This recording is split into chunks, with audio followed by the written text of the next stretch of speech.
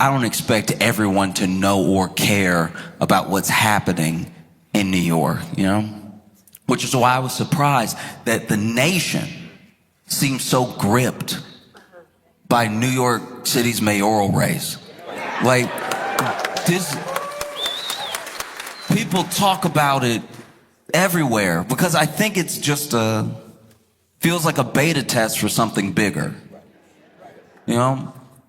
In case you're not familiar with who's running, right?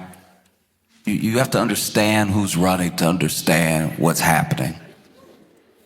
Eric Adams is the mayor of New York City. And Eric Adams, in case you don't know, is one of the worst people at corruption I've ever seen. Like, you know what I mean? Like, have a little mystery about you. Like, it's just, I feel like I could pay him off. You know what I mean? Like, it's just, like, one day when they make, like, his corruption is just, it's not enough. You know what I mean? If you're gonna be corrupt, go all in. He'd be having me feel bad for him. You know what I mean? You did all this corruption, that's all they gave you? You should have asked for more. I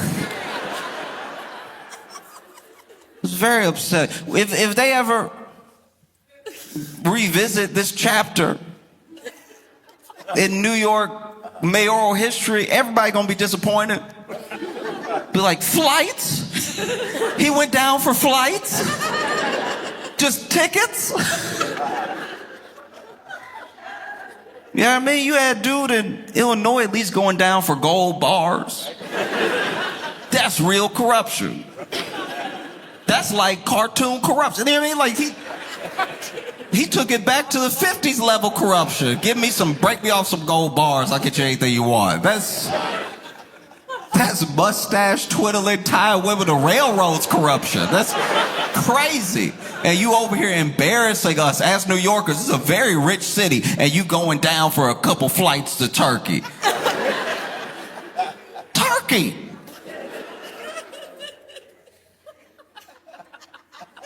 It's insane. But anyway, this dude got indicted while in office, but because he has no shame,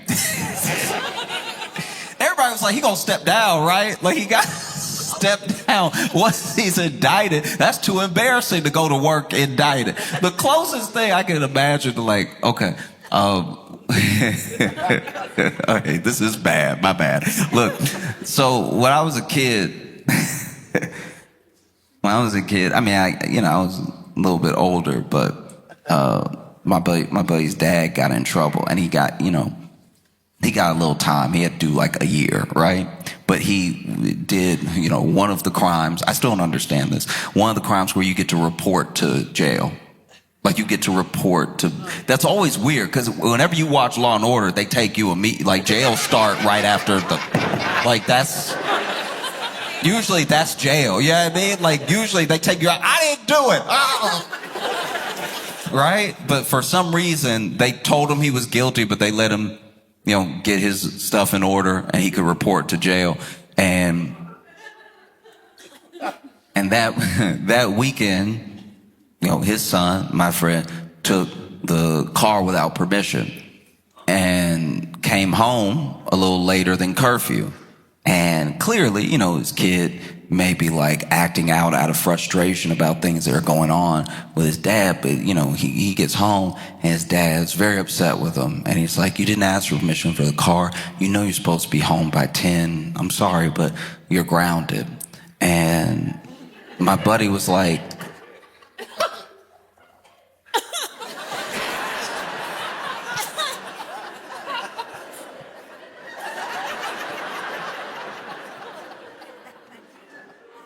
no, I'm just throwing it out there, because which one of us got to go to jail on Monday? Like, it sounds like you grounded. It sounds like you really the one in trouble here. And that's kind of what it felt like with Adams. He's like, still trying to be a mayor, talk about crime and stuff.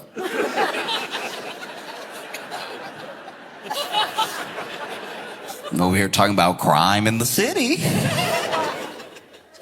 And so then you also have Curtis Sliwa. And Curtis Sliwa is the Republican running. And he's an interesting dude. He is. He was like the head of the Guardian Angels. If you don't know what the Guardian Angels are, they're basically these people who hang out on the subway. You know the movie The Warriors?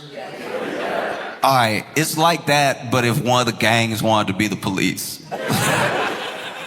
Like, all they really do is just fight black and brown people that they think are doing a crime, and sometimes lose the fight very badly because they are getting older. And Curtis Sliwa, like, I guess I could slightly see how someone like him ends up like him, because he does have a story of violence against him for every story you bring up about New York City. Like, you'll be like, hey, do you ever take the yellow cab? He's like, I was shot in the back of a yellow cab in 1986. So you're like, how has this much happened to you? But Curtis Lee was running as a Republican. And then you have Andrew Cuomo. Andrew Cuomo is a former governor. And now he is running for mayor because governor turned out so well.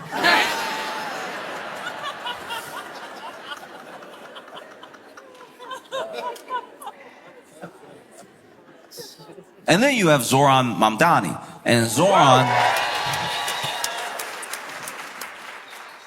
Mamdani almost feels like a fixture of politics at the moment, because he is someone who seems to be the antidote for the thing that's been ailing the Democratic Party maybe for like 9 years. You know?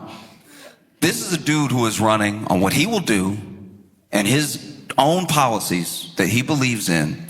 And it's one of the first people, Democrat or Republican, that is running without really having to say anything about Trump.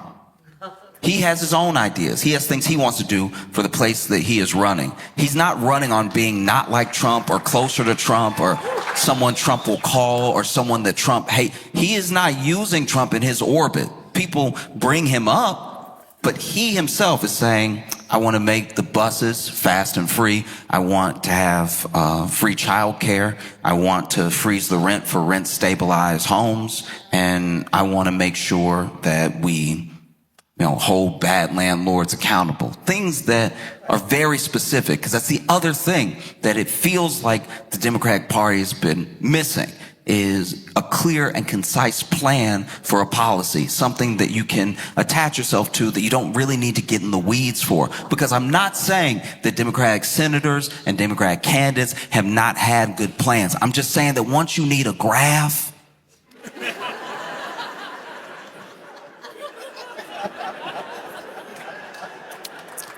we are a country that doesn't like to read. It doesn't matter if it's a pie chart, it's still reading.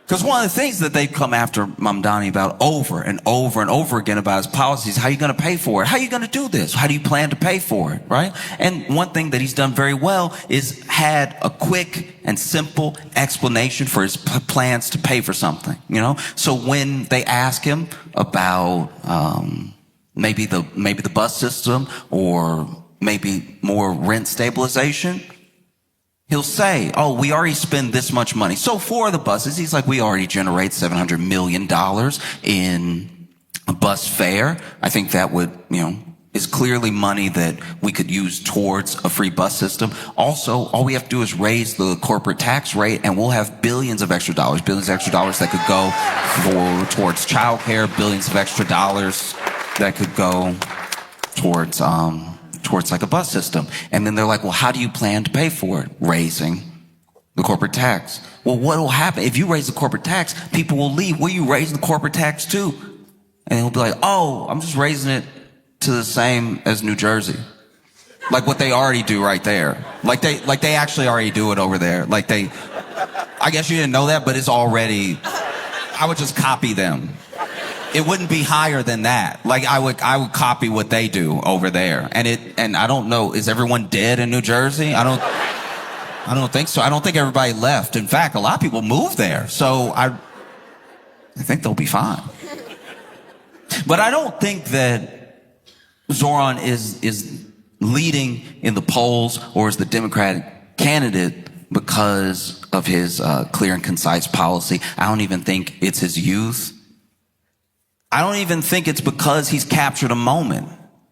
I think that he is the front runner because he, more so than anybody else, to a degree I've never seen before, is the number one. I'm telling you, the number one of all time, the number one Andrew Cuomo hater. He hates this dude. He hates this dude so much. He hates this man. He wake up and hate him. He wake up and he hate him with a smile too. You ever had somebody hate you with a smile? It makes you feel crazy. You're like, what you just said to me was foul, but you're smiling. Why are you smiling? No, he hates this dude. And look, don't get me wrong, they all hate him. Like every candidate hates Cuomo. Eric Adams hates Cuomo so much that even though he had zero chance of winning, even though he was actually campaigning, this man was like, look, I'm gonna do it better next time. And we're like, do you mean crime? Do you mean... Eric Adams, he's even, look, to his credit, he is stumping with Cuomo. He's over there side by side with Cuomo and everything, probably looking for a job because he's about to be out of one. You know what I mean? Like he is out there with Cuomo, but you can tell he hates this dude. Sliwa hates him. Curtis Sliwa hates Cuomo. He hates Cuomo so much that he was actually asked by a reporter, you know, you're over here getting about 11% in the polls. Why not drop out if you don't want Zoran to win that much? Why not drop out? And clearly the people voting for you might also vote for Cuomo. And then Curtis Sliwa looked really offended. He was like, why would I drop out? People like me.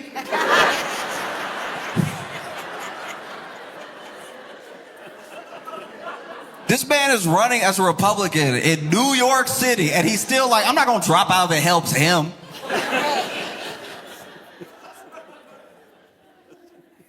Zoran Mondani hates Cuomo. He hates that dude so much. Hates him so effectively. Real hate. I've never hated somebody so much. I learned all their stats. Zoran hates Cuomo so much, he memorized everything Cuomo ever did wrong and bring it up any chance he get. That's generational hate. I think Andrew Cuomo hates Andrew Cuomo because he running. It's like, why are you putting yourself through this? You know, man. Because then you look at the debates. Okay.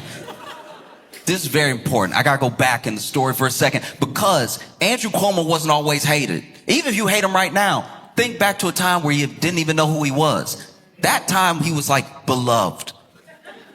People forget all about it because that's kind of what we do whenever somebody has lost favor in the public eye. A lot of people say they never liked them or that they don't really know why anyone ever liked him. But people loved Cuomo, especially 2019 into 2020. People loved that dude. People loved Cuomo so much. I think that's why people hate him so much now. Because everything he did feels like such a betrayal of their love. People were out here calling themselves Cuomo-sexuals. Look it up. That's a real thing. People loved him so much. And then he got popular around the same time that like zaddy became a term and everything. So he was riding some of that wave and stuff. And there were people, oof. Cuomo couldn't go anywhere without middle-aged women fawning. They were like, oh, he's so handsome. They loved Cuomo. And then COVID came. And for a little while, they loved him even more because New York's numbers during COVID looked really, really bad initially. Obviously, it would. It's an epicenter of travel. People go there from all over the world. And we're also on top of each other all the time, pandemic or no pandemic. But then we saw these huge numbers that scared everybody. And Cuomo's like, we're going to take this seriously. We're going to lock everything down. And he announced a bunch of policies. As soon as he announced those policies went into effect. And you saw the numbers crater. It was genuinely amazing to watch. It really felt like there was a lot of hope and everybody was going to live. And this is a long time before the vaccine came out or anything. So it was when people were at peak fear, right? But it was a wild time in New York because we had shut down so effectively that for the first time in New York City, the air was clean. You could take a deep breath. And then later, there was a scandal. Basically, it was exposed that Cuomo was doing some of the same things that Ron DeSantis was accused of doing in Florida, because Florida also had some pretty good numbers during COVID, which is weird because they didn't have any real shutdowns. They didn't have any real mask regulations or anything like that. But then both Cuomo and DeSantis were caught just not reporting or telling people not to report certain numbers. And it turned out that New York was looking really, really good in certain sections of the lockdown, except for nursing homes.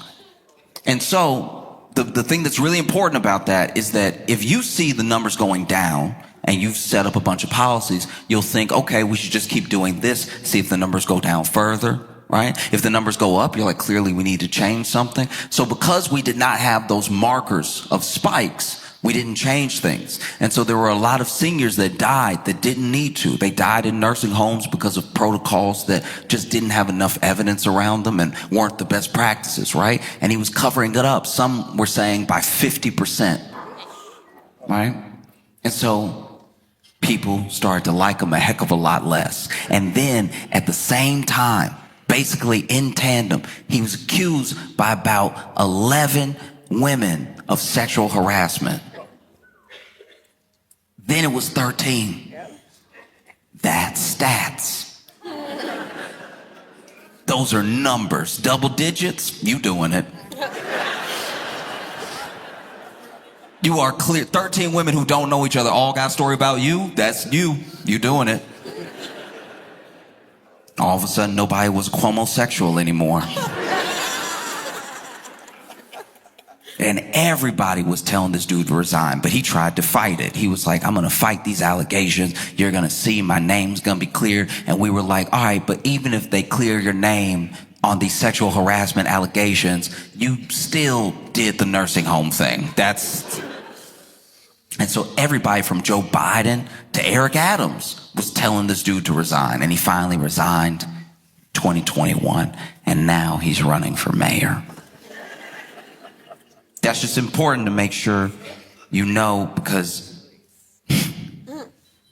I've watched people struggle before in a way that was kind of what looked like a bit of a lost cause. I try to be optimistic for people that are in my life, but I'll give you an example.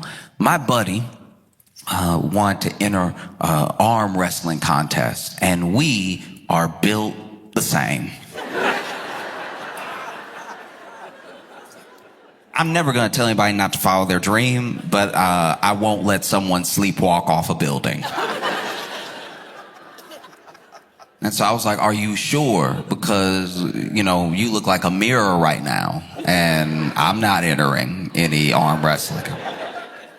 But he's like, no, I want to do it. Been watching online. It's so cool. There's actually a tournament coming up. I want to go. And so, I went with him. We went, and this dude squares up. It's one of those ones where they got the peg on one side. So you grab it, and they got your arm with the pad for your elbow. And sure enough, they went. And as soon as they started, he was over here. Oh! Oh! Oh! And I couldn't believe it. This man was actually winning. He was like pushing the arm down, and then he won. I was surprised. Like when people got that farmer strength? You don't see any like real definition of muscle. It's all smooth, but they're incredibly strong. I was like, maybe that's him. And then I watched him from round to round.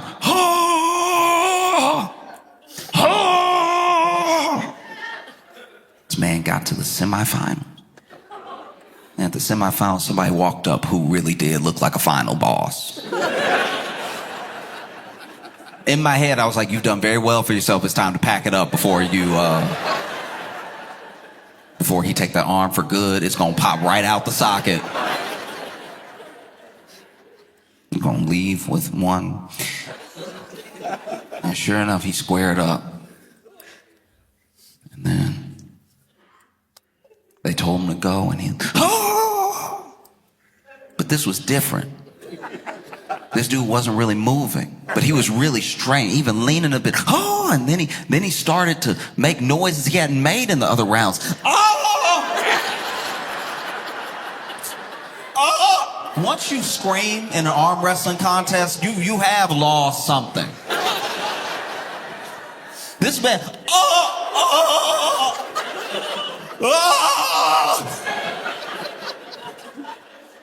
and he's straining, and he's straining, and he's straining till finally he goes,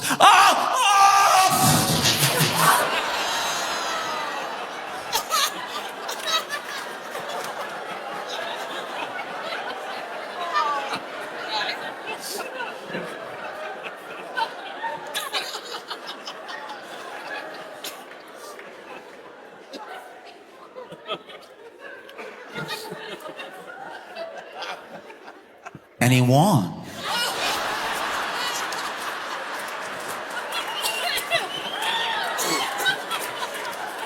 Now, to be fair, he won because the other guy went, and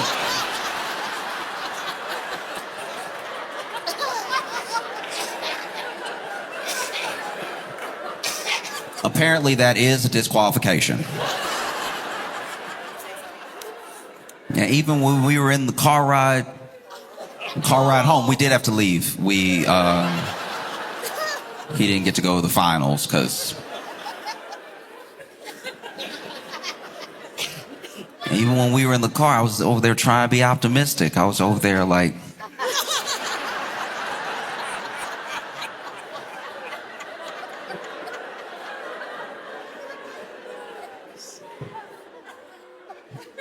at least you won.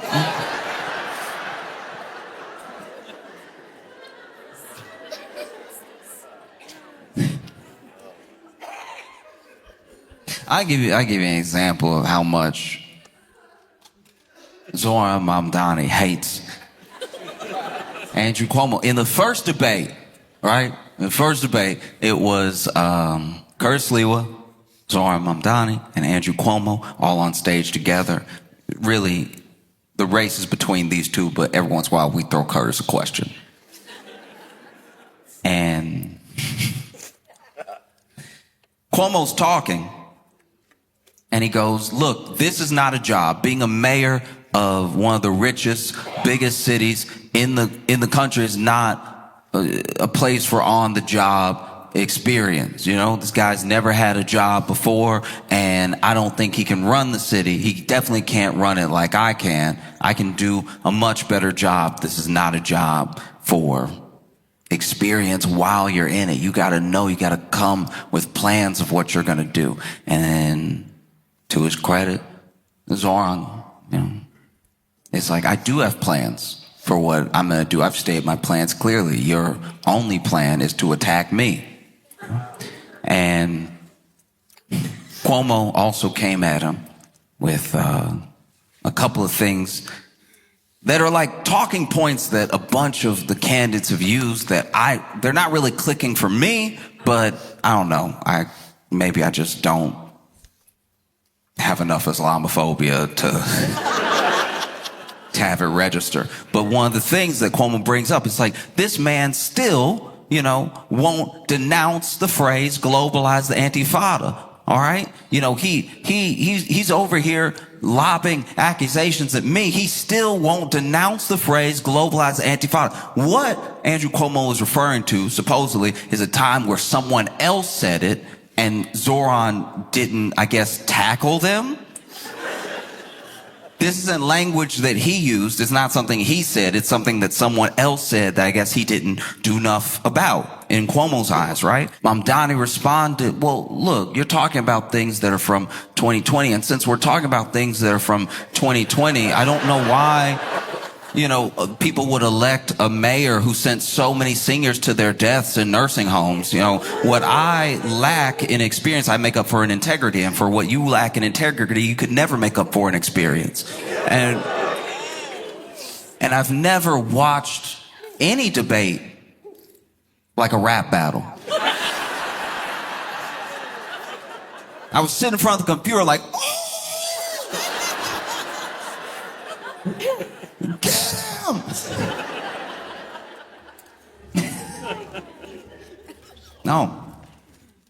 No, it's wild. Even Curtis Lewa got in digs on Cuomo. Cuomo was catching it from all angles. Because then, they were talking about the accusations that had been lobbed at Cuomo during his time as governor. And Curtis Lewa goes, really? You spent all that money defending yourself? Really? All 13 women are lying, Andrew? All 13 women? This man hates Cuomo so much, he is standing up for women as a Republican. This dude hates Cuomo with all his heart. Oh, this dude hates Cuomo so much.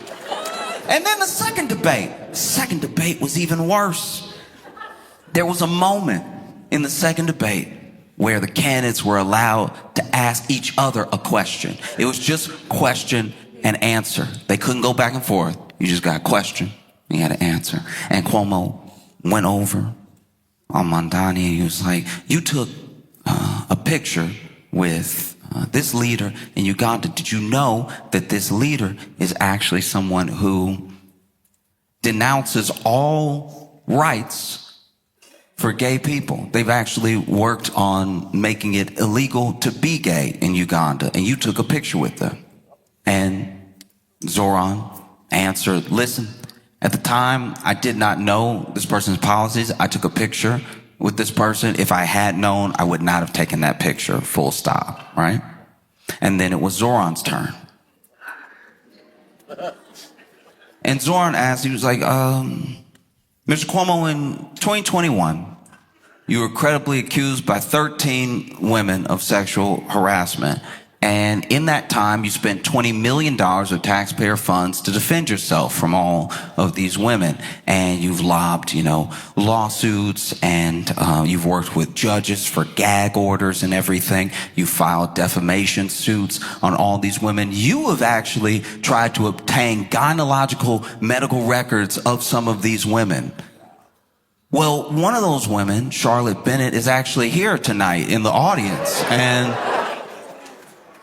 she can't even tell her story or speak for herself because you've lodged a defamation suit against her. But I can speak, so I want to ask on all of their behalfs, what do you say to the 13 women that accused you of sexual harassment?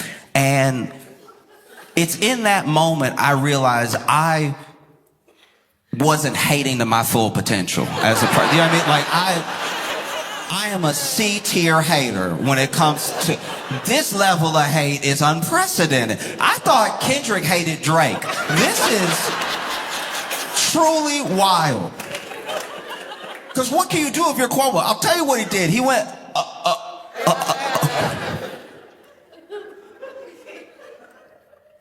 You went to Uganda? Truly, I have not seen a face like that on a person. Like Andrew Cuomo's face when it was happening. I hadn't seen anyone make a face like that since my friend won his arm wrestling contest.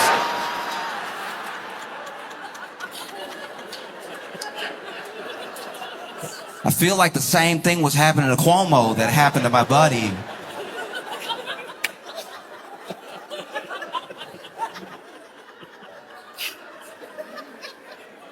Very bad. Whew. And Zoran is still leading in the polls, And one of the reasons that I think that he's still leading is because some of these efforts to stop Mondani have only helped him. Only helped him, because billionaires have come out in force against every policy and against Zoran as a candidate. And that says a lot. They're like accidentally making him more popular. You know?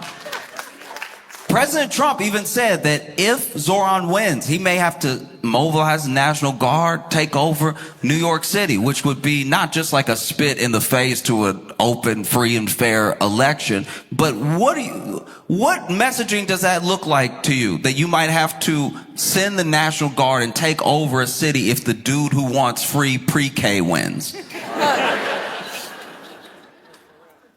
No? Like, all their efforts, they've spent so much money. Zoran himself has said, y'all are spending way more money on ads trying to campaign against me than I was even going to tax you.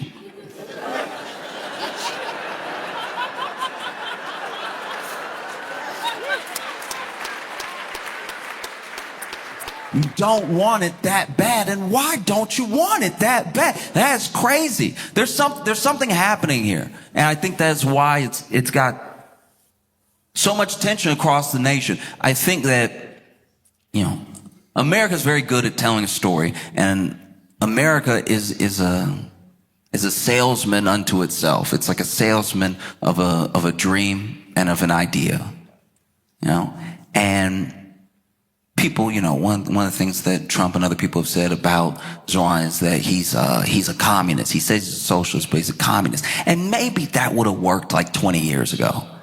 That might have worked. But we are a capitalist country. We all live in capitalism. And it's going poorly enough for enough people that they're willing to try anything. So calling someone a communist, this sort of Russia red, China red scare, it just doesn't hit the same when people are working jobs and still can't afford to feed their families. And then along comes someone with not just a lot of energy, but a lot of hope that says it doesn't have to be this way. Look at what they do over there. If we just did what they do over there, we'd be able to have more things for us, which is our money anyway. A lot of people have this misconception that the money that a corporation makes is all theirs and was all earned. But they got that money from how much they pay their workers, how much they actually provide for their consumers. And you see that when left up to their own devices, they skimp on, let's say it's just food, they skimp on ingredients, they skimp on workers, they skimp on. And then one day when they have $1 billion valuation, we look at them as if to tax them would be taking their $1 billion instead of just taking back what is owed to the people that made them great. And so I think that what is so scary for people about Zoran that really don't like him is that he is a reminder to a lot of people that you are a citizen. You're not a consumer. You are a constituent. You're not a customer. Like the story that gets told now, especially by our politicians, is that if you ask for what is owed to you, what is actually yours, you're asking for a handout. But you already paid for these things and you pay them. So the idea that these people would all stand together in unison against this person who just wants to make the bus free should tell you something. And all of them stand together against him in the way that they are, with all the money they're throwing at him and with all the fear mongering that they're doing. It's having the opposite effect, because now to vote for him, even if you don't even like him, you get to stick it to a billionaire, people you already don't like. So what you've accidentally done is made voting for him like kind of cool as well. It would be like if you didn't want someone to date someone else, but the way that you lobbed things at them, the things that you said about them to try to discourage this person from dating this other person, would be like if you sat them down and said, oh, you don't want to get with him. No, his penis too big. He's just...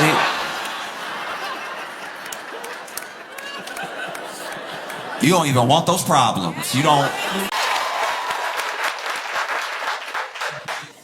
I don't know if y'all saw it yet, but Justin Timberlake got arrested.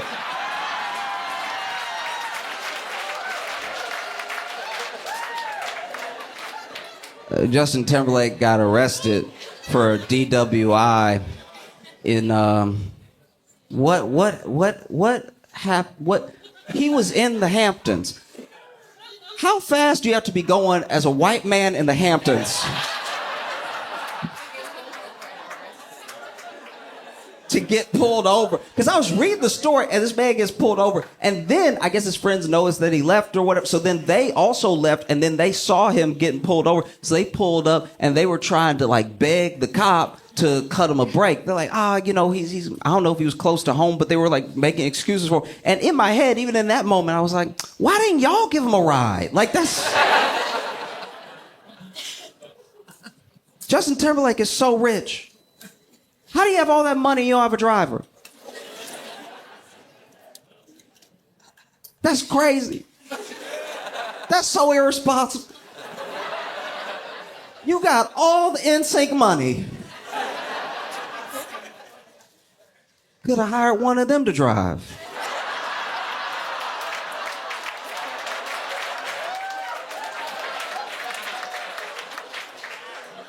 I was reading the story. It was heartbreaking. Not even as a, I don't know what's happening. I truly don't. I truly have no idea. But like,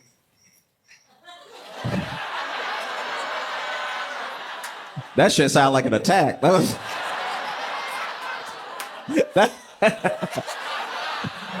God, who makes that their alarm? God damn. That's the most savage. That's. It feels like my high school bully came to the show. It's wild. No, you're fine. Life happens, but you gotta pick a different one, because that feels so crazy. Because the first time I heard it, I was like, maybe I'm a little too hot in this hoodie. Maybe I'm about to faint because I feel like I'm outside right now. And then I heard it again, I was like, nah, that's crickets. That's... Jeez,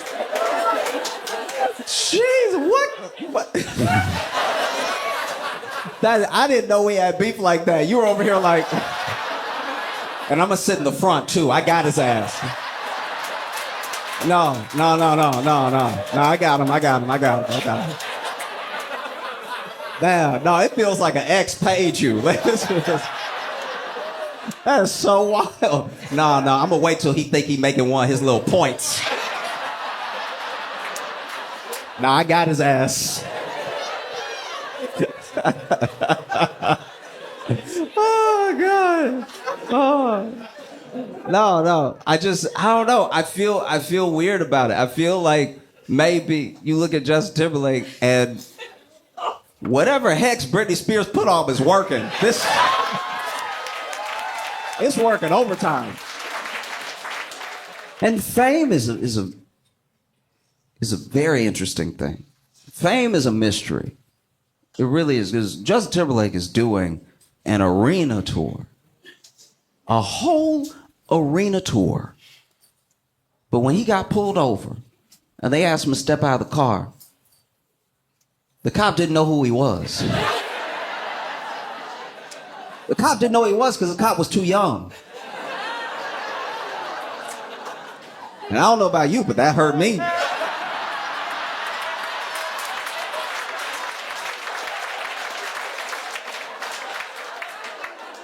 I was reading the article, and it said that the cop was too young to know, and I think I got 3 wrinkles on my knuckles. Right then, I was like, ah.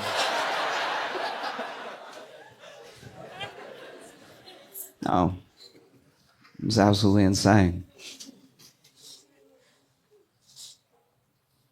Doesn't know who he was.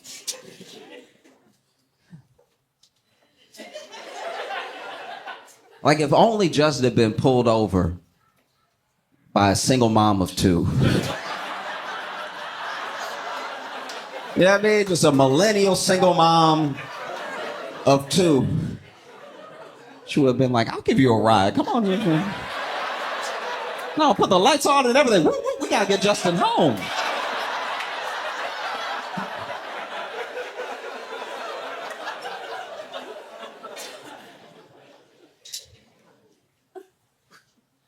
then they took that man to jail to take a picture. That picture, I don't know if you've seen it, but it's not an album cover.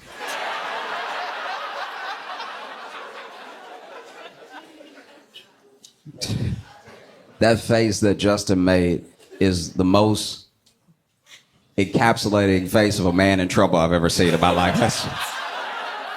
You know what I mean? Like you can see in his eyes, he thinking about how he'll have to call Jessica.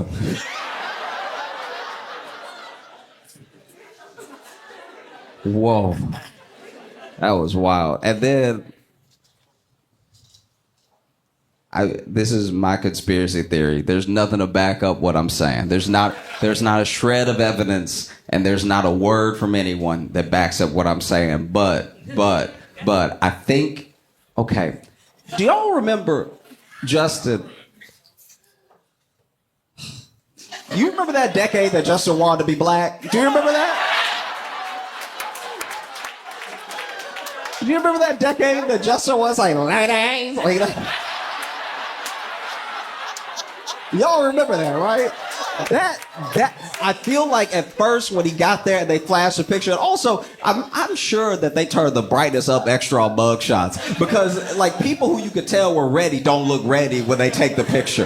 That thing is so bright, it must be prolonged, make you open your eyes to be like it's. I think after he took the picture and he's also sobering up a bit, he was like, wait. This is just street cred. Let me go ahead and milk it, right? Because there have been varying reports on whether or not Justin was handcuffed, right?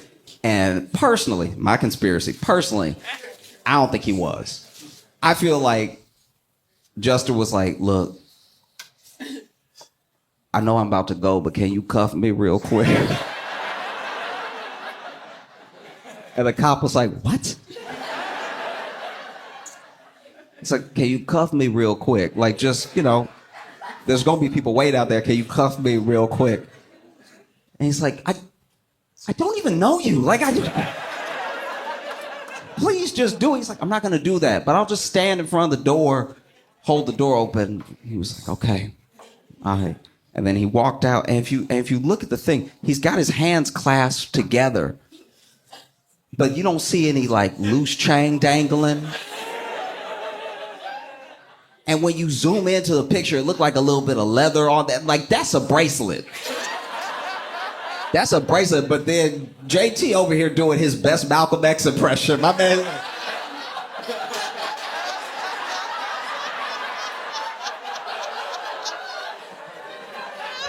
Another black man locked up.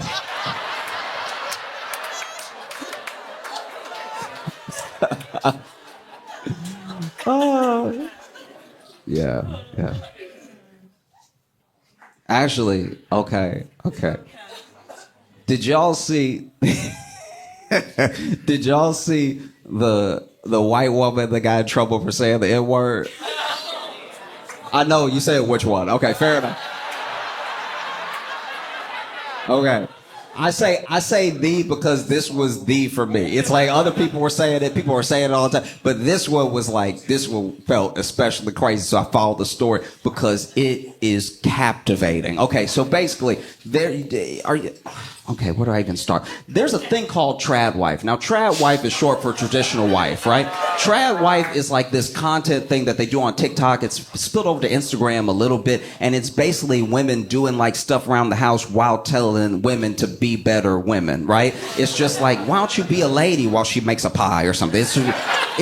I don't get it. It's not for me. I'm not who watches it. But basically, there was this young white woman that was over here cooking something. It didn't look done. And maybe it was done. Maybe she's bad at it. I don't know. But it did not look done. But then she's talking about her friends. And then she says, because then some of my friends out here are just like, out here dating these guys and, broke ass niggas, right? And she says it without missing a beat. She says it like you're not going to hear it, right?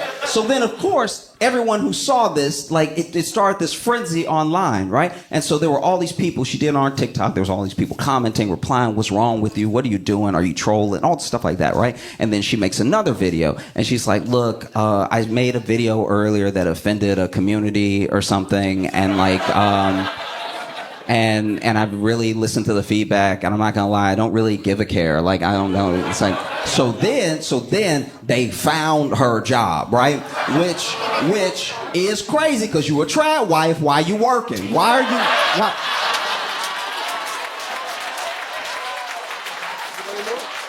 You know what I mean? Why are you? You're supposed to be a traditional. Why are you working at all? Are you can't trad wife on the side. You can't.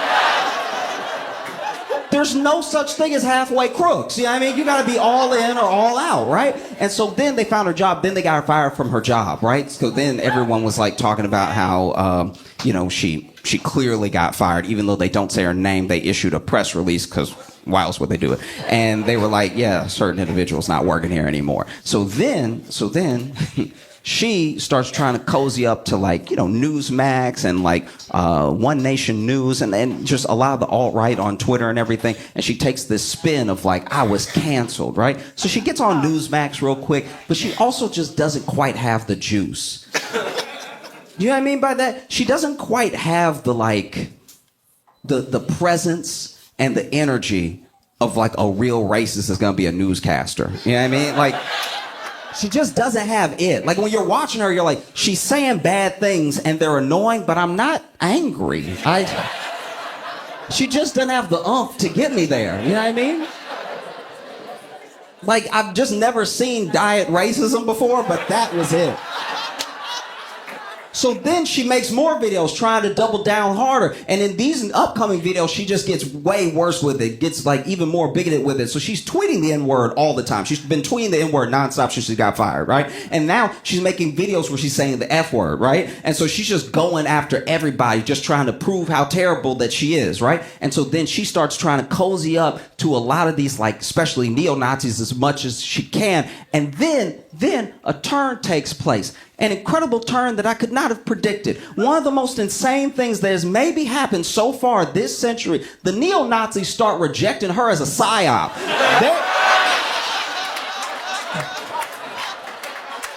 Because they feel what I feel. They see the video and they're like, you don't mean it though. Like, it's not...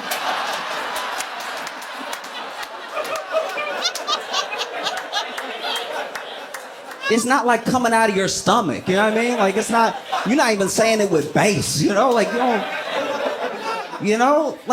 and so then they were like, no, don't trust her, okay? Don't listen to her, don't follow her. She working for the CIA, she probably a Fed. They all turned on her. They started bullying her.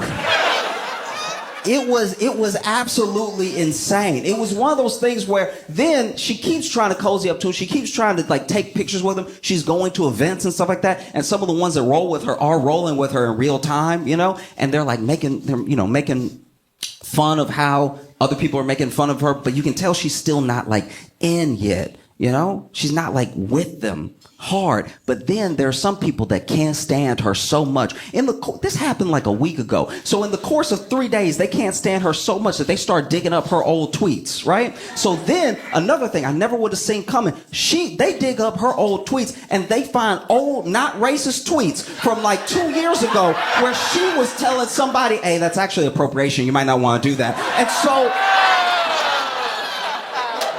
now she getting canceled by the neo-Nazis for old, not racist tweets. So then she over here fighting for her life, trying like N-word, F-word, everything, just throwing it all out there, trying to see what sticks. And then other people will comment under her on Twitter like, is this you, bitch?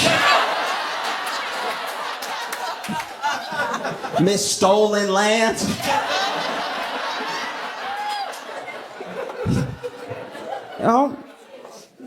And she just played it. She played it poorly.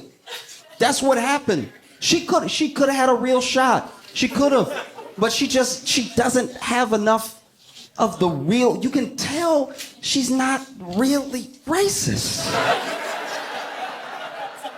I know it's a weird thing to say about somebody who's been saying the N-word nonstop for a week, but you can just tell she doesn't have the fire in her. You know? That's not how you do it. You were making racist people uncomfortable. There were racist people commenting under her like, this is uncouth.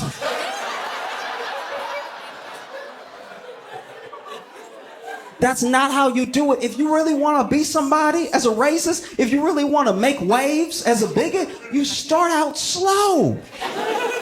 You start with a bunch of slow and steady dog whistles over decades. You know what I mean? You never say the word outright. You throw out a thug here every once in a while. You know what I mean? Every once in a while, like on a holiday, you can get real crazy with it. You can do like a animals or something. It's like, get people going, you know? Plant your feet, but don't dig too deep. And then after a while, you know, you start to ingratiate yourself. They start to be like, hey, she's one of us. And then they bring you in, and maybe they bring you in on a temporary basis, and they give you like a little guest spot every now and again. And then after a couple decades, you get a hosting gig, you know? Because be honest, like if a week from now, Megyn Kelly said the N-word, we'd be like, yup.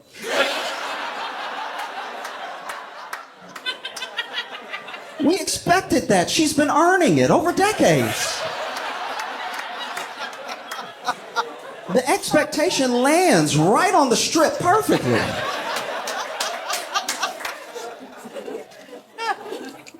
And then we also find out that she might be single, so you're not only not a trap wife, you're not a wife. What are you doing? Where's your man right now?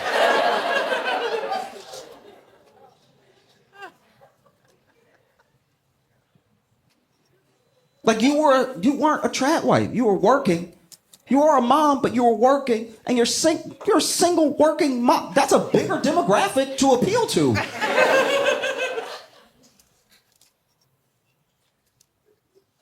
She really put herself in the position where she really needs a husband like this.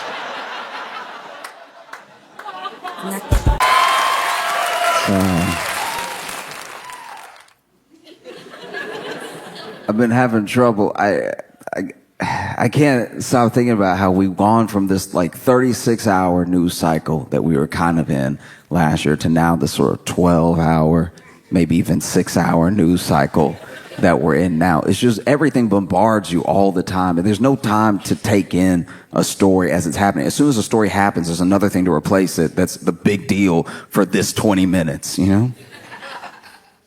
And it's hard to even vet stories now. Like, there'll be a story that seems like a big deal, but the more you think about it, the more you're like, why'd you tell me that?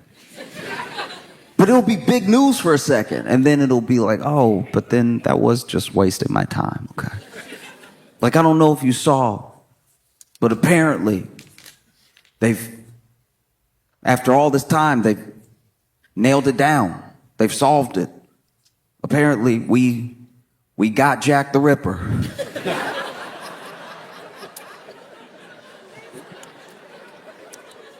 Some would say a little late. Some would definitely say that all the women alive now are worried about the men alive now. But at least we got Jack the Ripper, you know? He eluded us for a while, but he couldn't hide forever. Apparently, some guy claims he nailed it down with some DNA, and after I finished reading it, I was like, yep. Think he got away with it. Because that's the thing, it's like you're inundated with so many different notifications, so many different news stories going down the line. You can't even enjoy the little things that aren't even quite news, but like, remember when a video would be viral for like a whole day? And we'd all share it for like a day. We at least used to have a day. And now there's so much news, you don't get to enjoy anything for like a full day. And not everybody even sees the thing that's dope. Like, this is just me personally, but I've very much been enjoying how terribly these Dove releases have been going at funerals.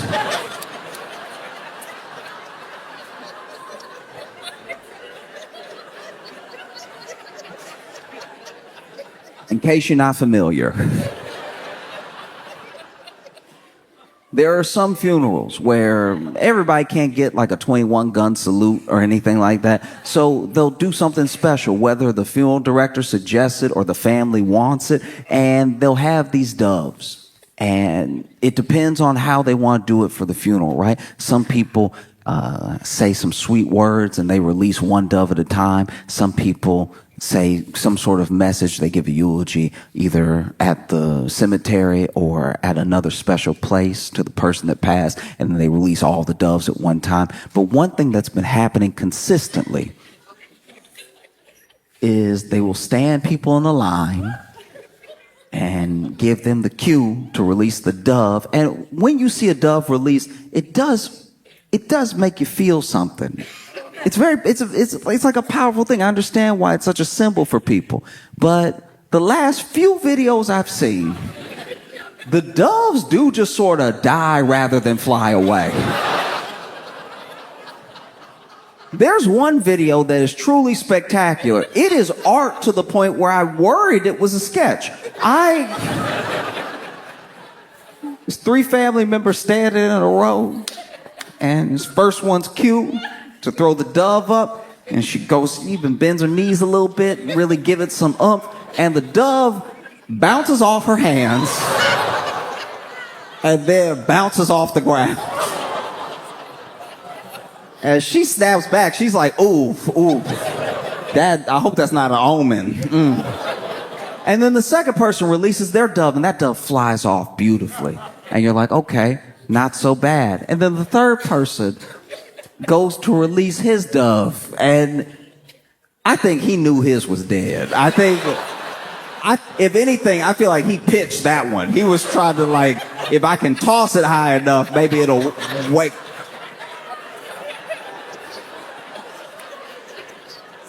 There was another funeral where they were doing dove releases, and they had like 5 people lined up, and they were doing a different like stanza to this poem, and at every break in the stanza they released one of the doves and stuff, and they were getting close to the end. So this I don't know if this woman was number 5 or number 4, but she was whispering at the funeral director the entire time, "He dead."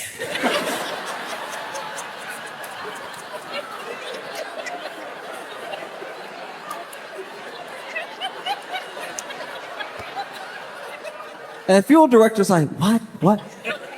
Hand me another one. He dead. And the funeral director's like, that's all I brought.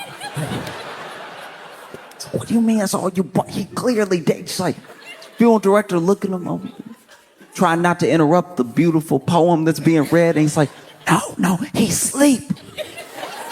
He's asleep. He'll wake up. Just throw him. He'll wake up. You throw him, he'll wake up.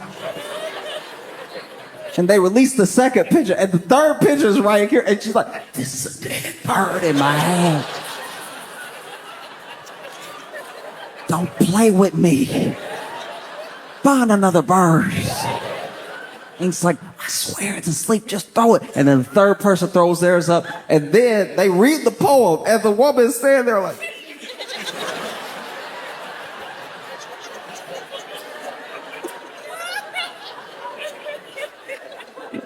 you could tell they get to like last couple lines of the poem, and this woman holding this bird goes,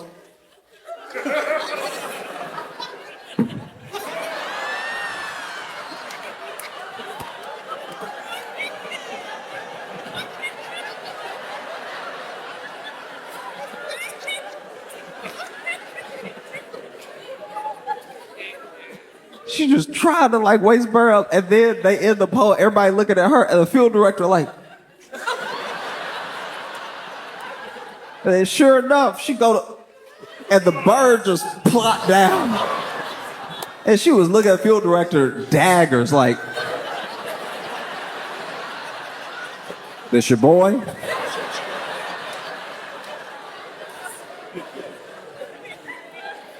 And then the fifth person, their dove fly off no problem. So everybody got a good dove, except for her. I felt for her. One thing I don't know if everybody thinks about when it comes to those Dove releases is where they go. What's next? I don't know I don't know anything about this, so I don't know if the Dove returns and, they just know to go to the funeral director's house or something.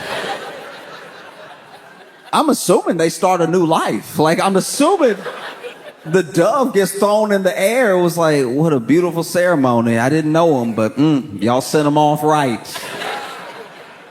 And then they fly off and try to get things going themselves. I'm just trying to imagine what it would be like to be like a released dove at a Bronx funeral. You're a released dove at a Bronx funeral. And then you land on some roof somewhere. You're like, all right, I guess I got to get my bearings. And then a pigeon land right behind you. Just, what's up, sweet thing? Pigeon just seemed like a very rub the belly bird, It's like, how you doing, huh? Hey, you looking fine as hell. No spots or nothing. Hey, you must be new to the city. Let me show you around. I know where the good spots are. That's the world we're in now, Nothing but news stories, nonstop. Everything's coming at you. We've gone from this 36-hour news cycle to 12-hour, 6-hour, 4-hour on a really bad day. And you cannot care about everything. You can't, you want to have empathy, and especially when something's big, you want to care about it for as much attention as you feel like it deserves. But then another thing happens, and you're just daisy-chained bad news all the time, or what's supposed to be important news all the time. And so sometimes things fall out of your head because you're like, I can't focus on everything at once, and some things I can't do anything about. And so after a while, you haven't heard about something long enough, you just assume it's been resolved if nobody's talking about it. But nobody's talking about it because there's so many things to talk about. And you also have to measure up how you feel about the world right now with the fact that everyone trying to give you news about the world also wants your money. They want a subscription from you. So they're just inundating you with all this stuff because, maybe you'll like news from us. So we'll just keep sending you notifications. Because there's always a lot happening in the world. That's not different. The fact that we have access to it is different. I was thinking about all of this last week. I was just sitting there and thinking to myself, dang, we never did get those astronauts down.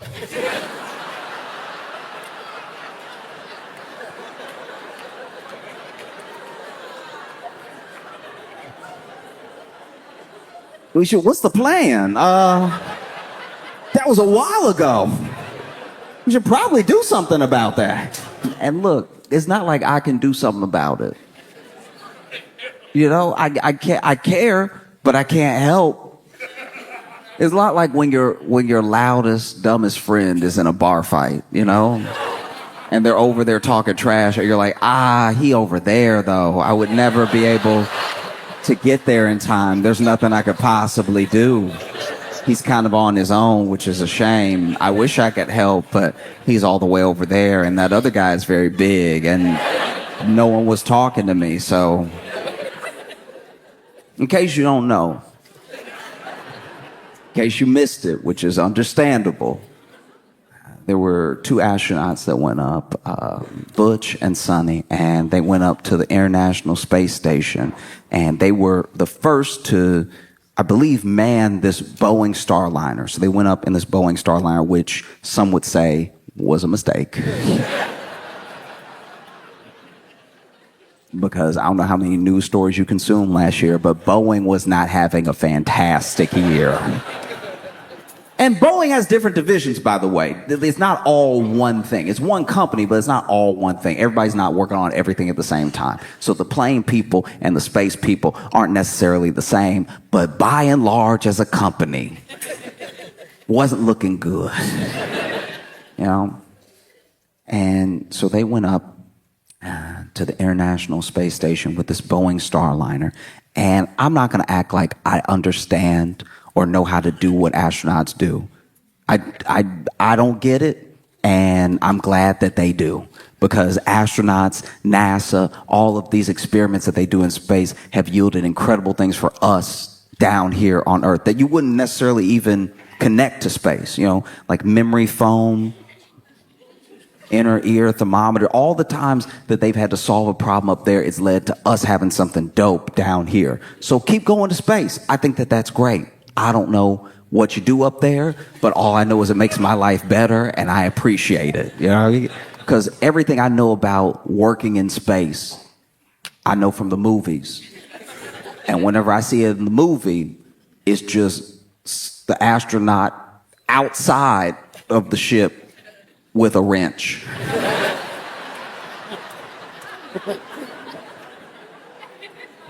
Every time I see it, it's Sandra Bullock or Bruce Willis outside the ship, just...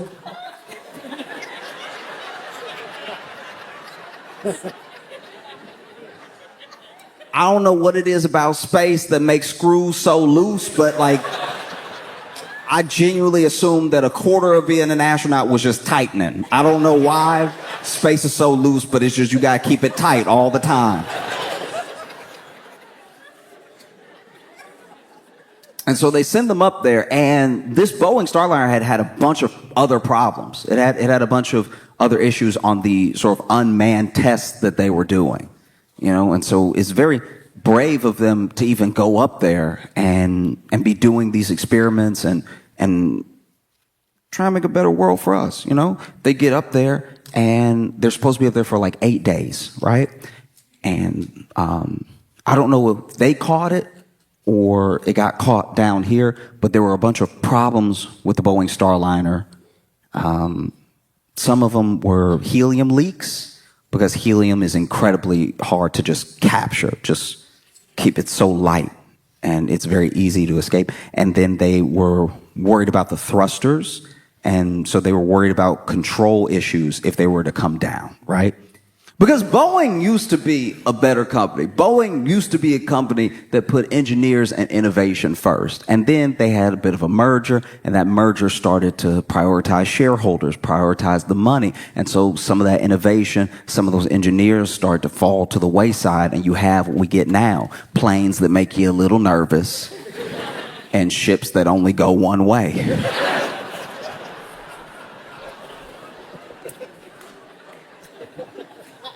Because, make no mistake, Butch and Sonny are fine in the sense that they are the most seasoned astronauts that we have. You know, Sonny has logged potentially more hours than I think any. She had 322 days in space, and she has logged like 50 hours of spacewalking and everything. She's like a true veteran. And even before that, she was a diver in the Navy, and she piloted combat helicopters. Like, she knows what she's doing. And Butch is the same way. Butch had already been on missions before this. And to be fair, this was going to potentially be one of their last missions. And so for them to go up in space for those 8 days, them getting some extra days, maybe they don't mind. I just am trying to not project how I would feel.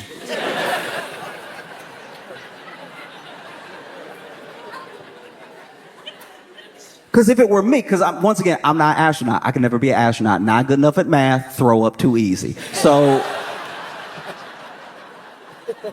I don't give off astronaut, right? But if it had been me, if I had gone up into space, it was supposed to be 8 days, and then they were like, ooh, that ship, may not be able to send you back down in that ship. I would be like, oh, okay, cool. So when's the next ship coming up?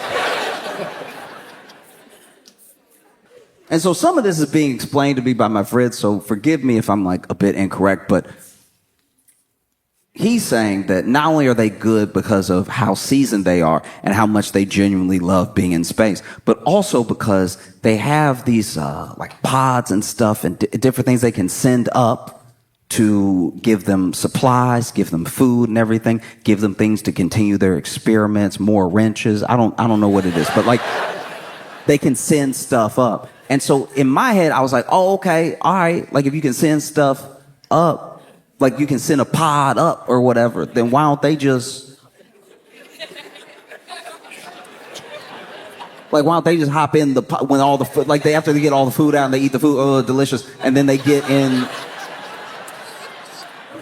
They could get in the pod, right? And then take the pod down. He's like, no, it doesn't actually work like that. You know, it's not a manable ship and it's too small and everything. I was like, oh, okay, cool.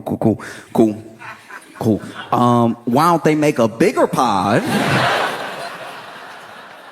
You know, enough to fit people with just some seats, just for fun, just some seats. And then they send that up, and they could even put like an Xbox controller in it, just to have something, you know? And then send them down with that. And he's like, Josh, it doesn't work like that. Like, everything you're saying doesn't make any sense. And I was like, okay, I understand that everything I'm saying doesn't make sense, but the way it does work is also sound like it doesn't make sense. To me. Just to me. All right? I'm not Butch and Sonny, and I'm not going to speak for them. I'm talking about if I was in space for too long, if it was me, which it will never be. It's not going to happen. I would pass out. So this isn't even a problem that we really have to discuss. I just couldn't get it out of my head. Because in my head, it's like to send me something, but not let me come back down in the thing you sent me would be like if I was stranded. Imagine, stranded on Earth. Let's say I'm just stranded on Earth somewhere, and you're worried about me, and you're worried about me having supplies, having food and everything. So you send me an Uber Eats.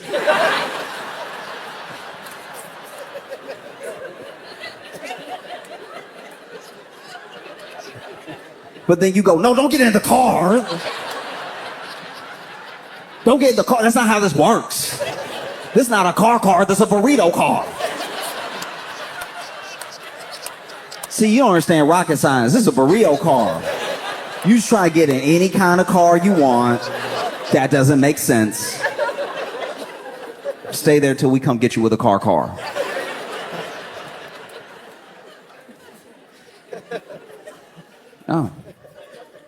Oh, it's tough. It really is. Because if you read articles and if you listen to interviews with Butch and Sonny, they're not just in great spirits. They, if they're to tell it, are getting all this extra time in space. Space is their passion. It's their happy place. And so it's somewhere where they can go that is unlike where any of us can go. They see a perspective of the earth that most people will never get in person. That's beautiful. And the expanses that they get to wake up to, that's incredible, you know? And so if this really was going to be one of their last missions and it lasts all this extra time, there is something to be said for like, wow, I really got to spend a surprising amount of time in space. And I hope they feel that way. I really do. I just know if it was me, I would also be putting a good face on. So that way, everybody's working real hard to bring me down, and I can whoop some ass. That would be... Because you know how when you're on the phone with like customer service or something, you got to be extra nice, even though you get madder and madder and madder. Because if you start cursing, they're like, every time you swear at me, my computer seems to jam up. I don't know how the two are related, but they definitely are. May want to fix your attitude. No, I'm playing as nice as possible until I get down. And best believe when I get down, we're having it out. And I'm not even like a bad man like that. I can't even fight, but I tell you, I'm biting the first person I see.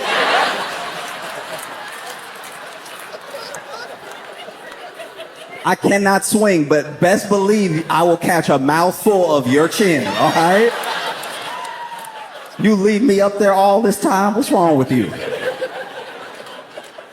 You must be out of your mind. You got me. Because look, I believe it. I believe that they love being in space, but everybody has a bad day. And I think a bad day in space is an extra bad day. Let's say you wake up, and it's just one of those days. You wake up wrong side of the pod. You know, very upset. And all you want to do is brush your teeth and maybe go read a book or something. You know? But you take your eyes off your toothbrush for 1 second. Now all of a sudden you...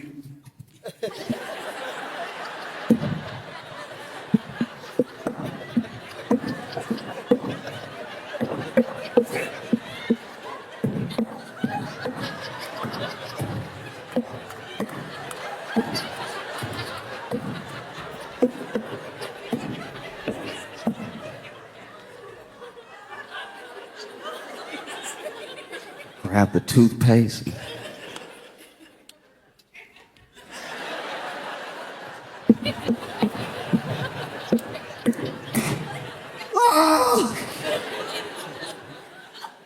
Oh. Or maybe, you got your coworkers up there. Butch and Sonny, I'm sure they get along, but there's other people in the space station that can leave.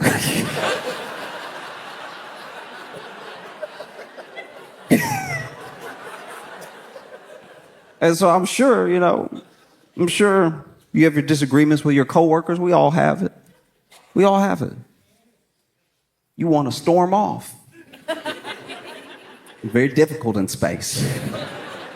You want to storm off, but it just doesn't hit the same.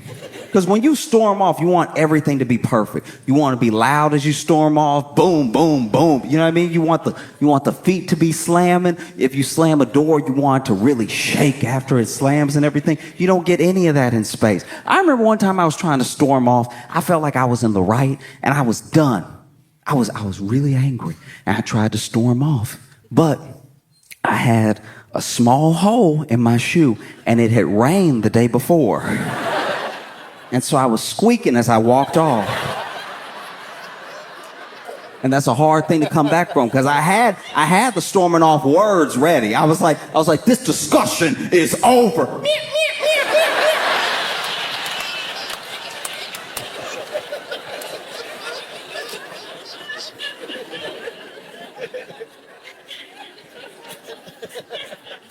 So sure enough, you want to storm off in space.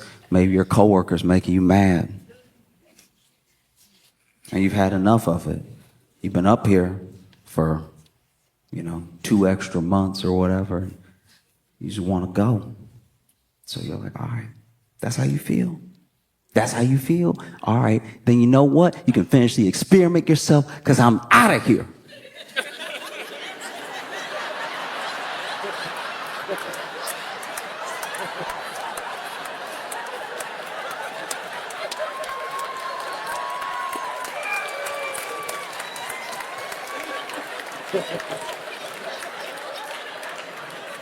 I'm trying to leave.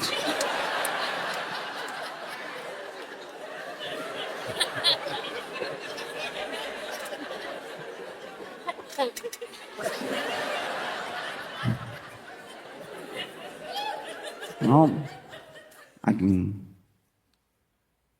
empathize with where the astronauts are coming from, because I worked at a grocery store, right? And give me a second.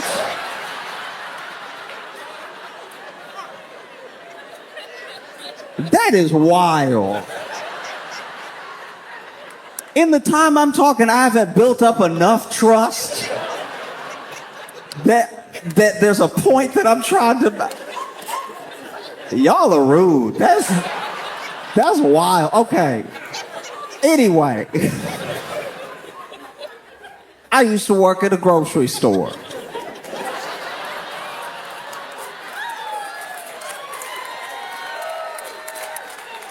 And I worked at this grocery store, and one of the reasons I wanted the job and one of the reasons I got the job is because my apartment was only going to be 1 mile from my home store. So I could walk to work, and if I was late, could run, right? And then sure enough, when you get hired by this particular company, when you work for the company, you don't work just for that one store. You work for the district. And so what they can do is they can put you in different stores if they need to patch up. Maybe somebody quit and they need to patch up some shifts or something like that. And so when I first get hired, I'm willing to go wherever. And I'm only at my home store, but I'm taking up people's shifts. If anybody needs to switch with me or needs me to take their shift, I'm taking it if I can. I'm coming in every time they call me in because somebody called out. I'm actually coming in so much that I get a bunch of overtime. Then they get mad at me and tell me to stop. But I was like, you called me. So I'm sorry I didn't self-snitch on the way in that this was hour 48 this week. Like, thought you needed help. And then one day, I get put on a different store, a store that's really far from my apartment. And it was because someone had quit abruptly, and so they needed someone there that week. So it was only supposed to be that week. And I get there. I had never been to this store before, but it's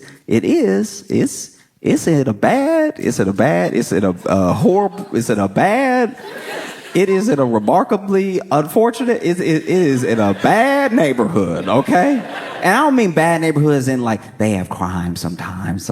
I'm talking about fundamentally everything about this place felt like the worst version of the Twilight Zone. This is the only place I've ever seen on 3 different occasions a rat walk out of the trap. And Tom and Jerry style, like really starting his day, yawning and everything, stretching his legs and stuff, going about his day. And it was one of the big industrial traps. I don't even know what's in those things, but it's supposed to kill rats. And that's where he was chilling. So these are grizzled veteran rats. And I go in the store first day, I'm ringing people up and everything. And this one person comes to my line. She only had one item. I scan her protein bar. She pays me, and as she's paying and she's putting the cash in my hand, she leans in a little bit, which was odd. That's not something that you normally do. And then when I'm handing her change, she says, "Thank you. There's a poop in aisle 5," and then walks out.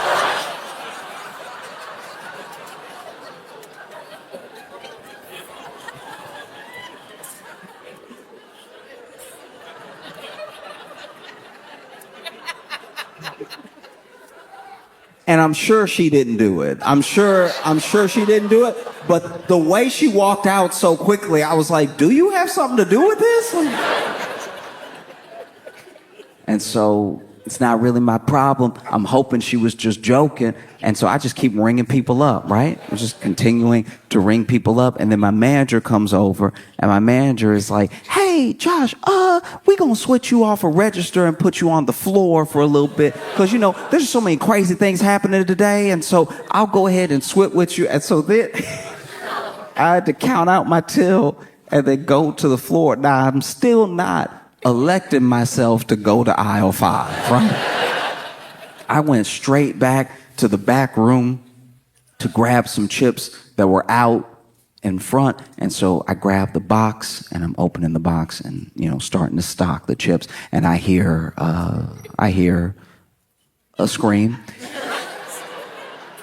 And so I'm like, okay, it must be real. I just hear someone go, "Whoa, whoa, whoa."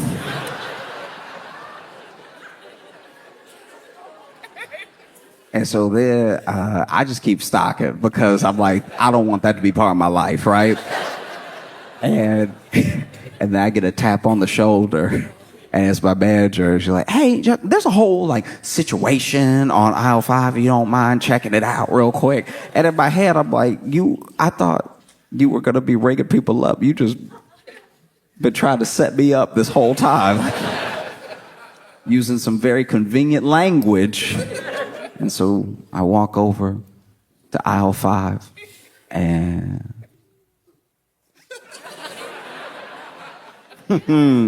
I see it, right? And the only thing on aisle 5, on the way to aisle 5, by the way, I passed 2 people who were running away from aisle 5. Fully bumped me out of the way. Just like, huh, huh, huh. Like when you're in a zombie movie and everybody's running in one direction, but you got the shotgun, so you got to head towards the zombies. And so then I turn the corner, I see it, and the only thing on aisle 5 is it and one guy. And that one guy is looking at it, and then he looks at me and goes, "I didn't do it."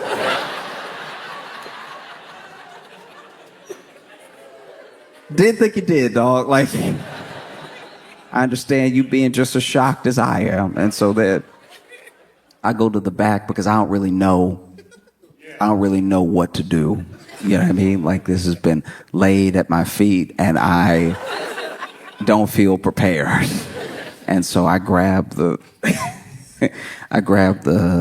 broom and the dustpan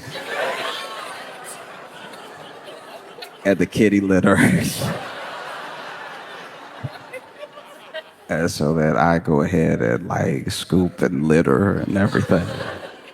And that was day one. That was the first day that I worked at that store. The second day, this older lady walked up to me at the register. I started ringing her up and everything, and she was hitting on me hard.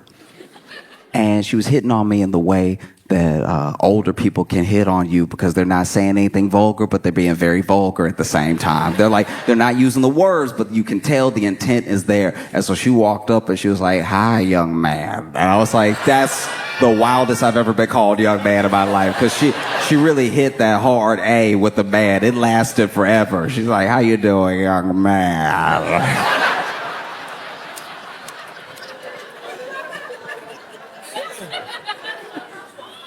And I'm sitting there like, the name tag says Josh. Like it. And so I'm ringing her up and she's like, "What you doing later?" I was like,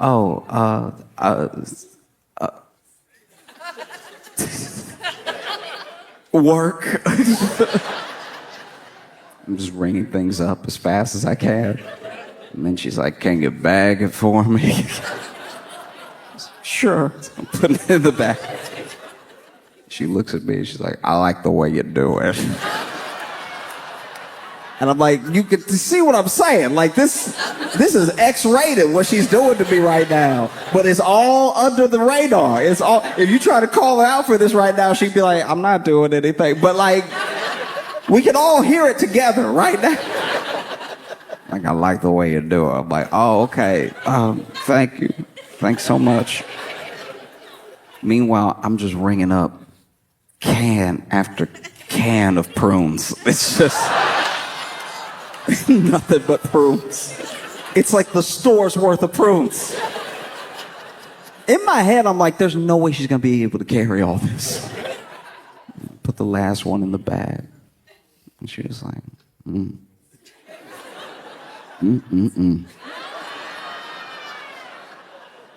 "I'll see you when I come back."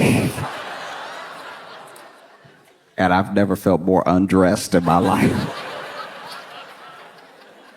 It was day 2. And day 3, I was ringing somebody up. My manager walks up and they're like, "Hey, just so you know, watch that guy over there. You know, turn your head, watch that guy."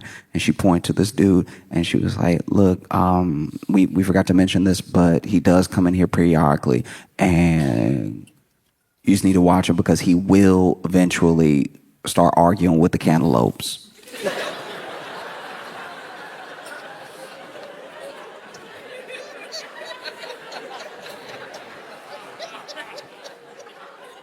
And I always try to be respectful of my bosses and stuff, but I did turn to her like, what am I supposed to do about that?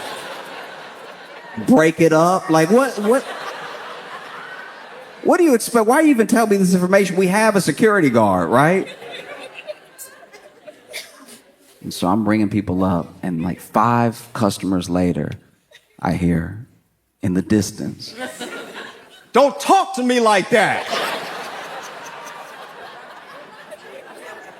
And so immediately I turn my head to our security guard. Our security guard, all I see is his back foot walking out of the store.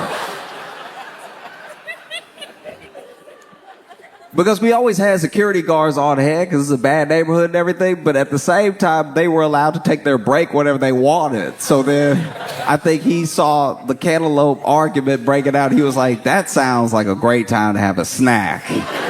I'm hearing a snack right now." And so then my manager comes over and she's like, "We should go say something." And so we walk over. And this dude's holding this cantaloupe and, you know, letting the cantaloupe have it. He's like, "You always do this." And so I'm like, "Hey, sir, how you doing? Hello? Hi. And he's not listening to me at all because this is the point in the argument where he got his receipts ready. He's like, "No, because last time you said," he's like making all of his really good points and he doesn't want to be interrupted. Right? I was like, "Hey, could you just keep it down a little bit? You're scaring some of the other customers," right? And this guy was like, oh, I'm sorry. Which I could not have seen coming. This guy goes, oh, I'm so sorry. I didn't mean to get loud. It just, you know how it is.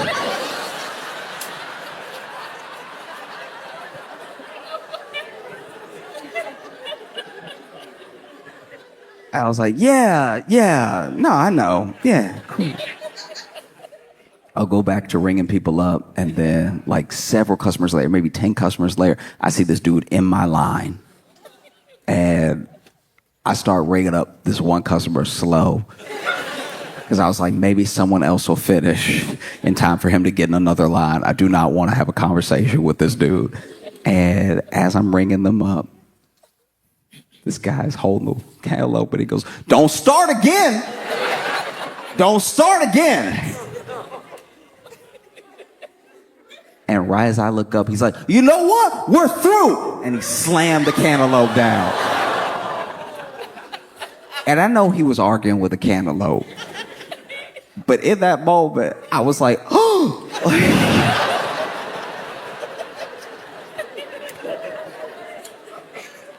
This dude storms out of the store and everything.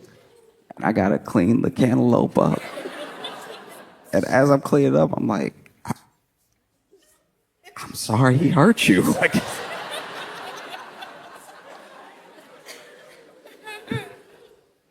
and that was just 3 days working there.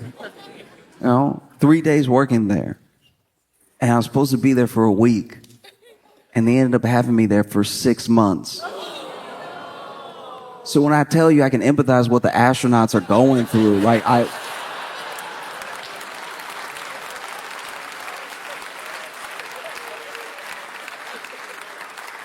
some of y'all should be glad because you didn't believe in me at all. Like some of y'all, as soon as I spoke, you're like, he thinks he's an astronaut.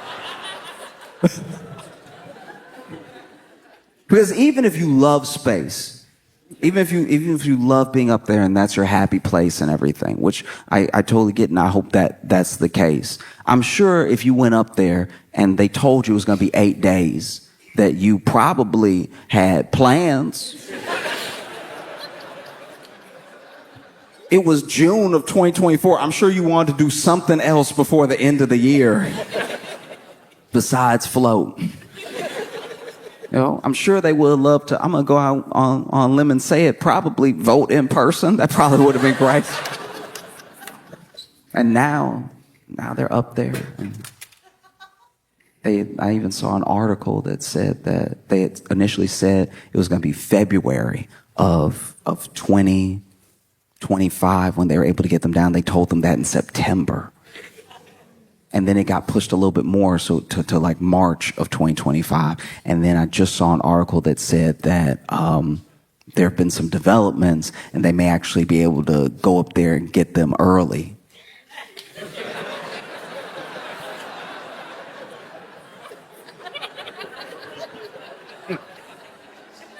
If it were me, I'd be like, don't say early around me. Don't say early around me at all. Because Butch and Sonny are up there, and they're going to be returning to a very different Earth. Which might be why they so cool with being left up there. That might be it. They're probably like, nah, I'm good. I'm chilling. I have been absolutely obsessed. I don't know if you've heard, but there's been a viral Chase money glitch.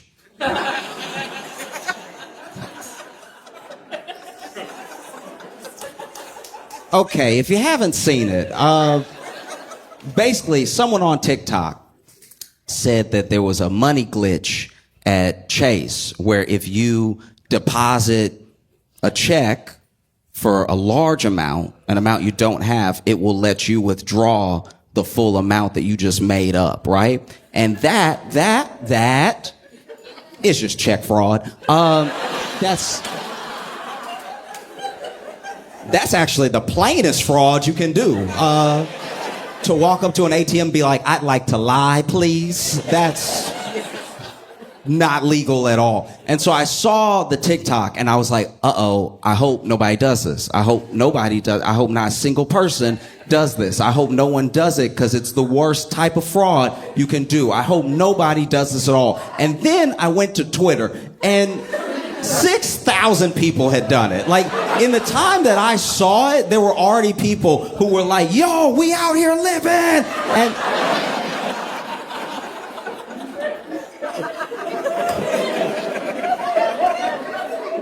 watching people you don't know commit fraud is like watching your uncle wear a suit he thinks he can pull off. You know what I mean? Like, you're just like, no, not in front of everyone, not in front of everyone. Because that's what it was. It was in front of everyone. They not only did the check fraud, but they all made videos, which is how I was watching. This wasn't a rumor. I was like, that's a high definition camera that you are committing crimes in right now. I am so, man, the jails will be full. That's a lot.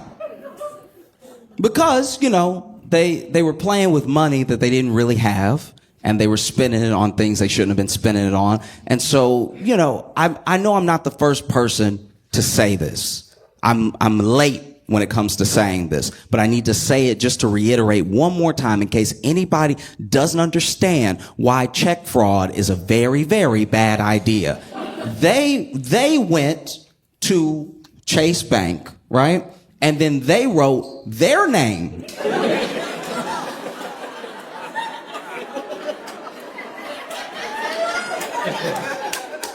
all over a check.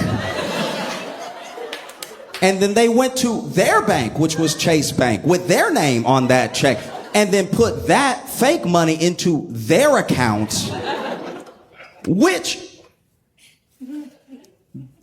your bank account has every number that makes you identifiable. Like, your bank has your address. It has your social security number. It has the numbers of places you used to live. Like, they have so much information about you. Chase might as well just go to the police station and be like, we need to make a few printouts.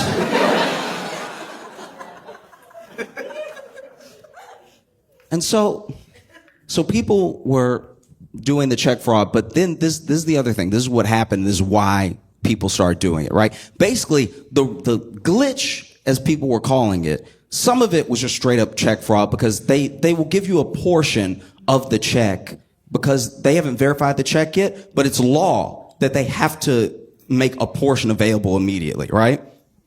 And so there was a mistake for maybe, who knows, 10 minutes, an hour, where someone put in a check and it gave them the full amount immediately. It did not do that for most people. Most people got a portion. So when you see them throwing money, they definitely had to pick it up right after. Like, it's like...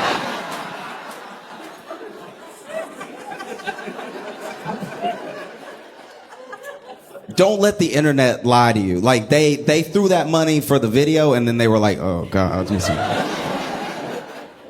I always, whenever I see stuff like that, I always think to myself, like, y'all didn't factor in the wind at all. Like, you balling for these next 3 seconds, but as soon as there's a gust, you're going to be running into traffic, screaming, no! And so basically, there was that side of the glitch. Another side of the glitch was that there were people who were also requesting loans, like pretty high loans. And the loans were also appearing, for some reason, appearing in their bank account in full, even though all the money wasn't available, right? So that part is a mistake on Chase's part on the website. But what's actually happening when they were withdrawing the money was just a little bit was coming out. That little bit was just a portion of a bigger amount, right? But then Chase caught on pretty quick because they posted it to the internet, right?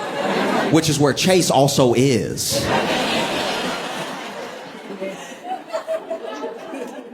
If Chase was one of these mom and pop banks where mom worked the teller and dad was the personal banker, maybe they would have gotten away with it for quite a while. But because Chase is also on the internet, Chase saw the mistake they were supposedly making. They corrected it immediately. They put a 7-day hold on people's accounts that were affected by this activity, right?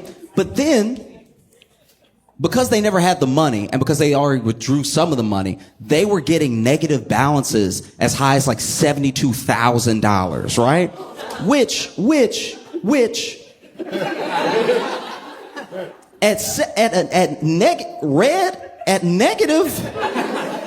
red $72,000, I think I'm just gonna change my name. That's when you open your bank account and you go, whose bank account is this? I don't know him at all. I am moving. But this is why you shouldn't let the internet lie to you, not just because they give bad advice with no repercussions, but also because there were people that were faking it. There are people that were faking the glitch, literally just to go viral. There were people who were going to the ATM, withdrawing their real money, not doing the scam, then throwing the money in the air for the video, and then immediately being like, y'all, help me. There were even people who were pretending, using other people's screenshots, pretending that they also had a negative $48,000 balance. And it was all just for attention. And it's so important to remember that. It's important to remember that half of the internet is for attention. Almost none of this is real. I could be AI. None of this is real. And so when you take things that are fun on the internet and you bring them into the real world, you could screw up your entire life, because check fraud is so much a felony. Check fraud is one of those felonies that someone does that's not even a dangerous person. It's just you'll be like, man, where is Cousin Willie?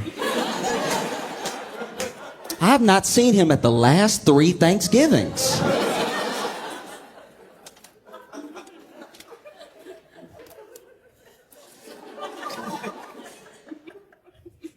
And then your grandma go, okay, so Willie, he got into a little bit of trouble at Bank of America. It was a misunderstanding with her. Because grandmas always try to make you seem less of a criminal. Grandma, you commit a crime and grandma be like, he had an accident. It was an accident. He is a sweet child. It was an accident because basically he got a little argument with one of his friends, and then he fell, because they were pushing each other. Then he fell on his friend, but he had just been holding a knife at the time. That's why we praying for him to get out, because I know his spirit. I know my baby, and my baby would never stab someone to death. My baby, how the police know he wasn't trying to get the knife out? You know what I mean? That's why it went in so many times, because it kept slipping in and he kept pulling it out. Why didn't they ask why that man's body was magnetic? Why didn't they do that? My baby ain't no murderer.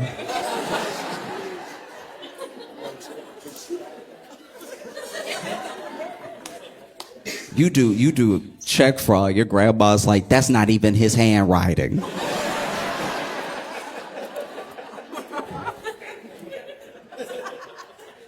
But grandma, is his name at his bank put into his account? And they just came and got him. Yeah, but I don't know. When a grandma really has nothing for you, when you did it so hard, when you did it in front of her, that's when she's like, I don't know. Because at the end of the day, the one thing a grandma is not is a snitch. Grandmas...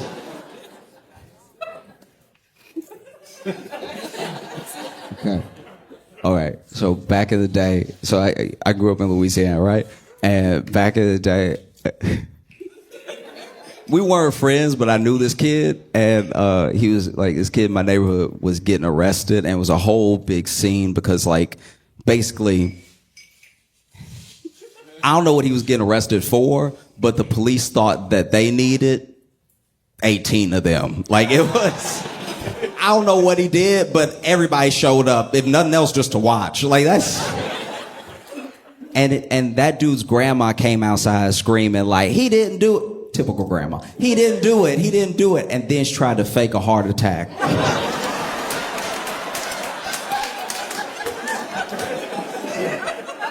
I was like, damn, grandma G right here.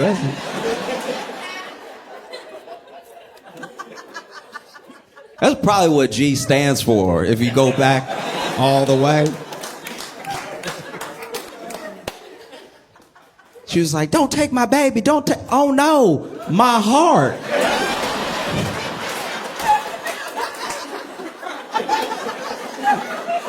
And you could tell she was faking it too because she like really planned the fall. Like the fall, because she knew she couldn't just fall however she wanted to fall. She may never get up again. So she was in her little nightgown and everything, looking for a soft spot on the ground. Oh no, not my baby, my heart.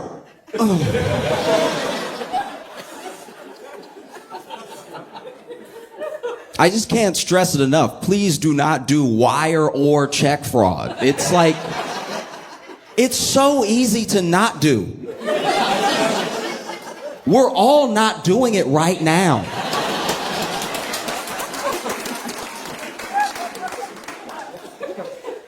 And I don't want to, look, I'm not coming from some holier than thou place either. I understand crime. I understand why people do crime. Like if you've ever been broke, you get crime. Crime makes so much sense if you're broke. I don't understand when rich people do crime because they already have things. Do you know what I mean? If you do crime as a rich person, you're really doing it for the love of the game.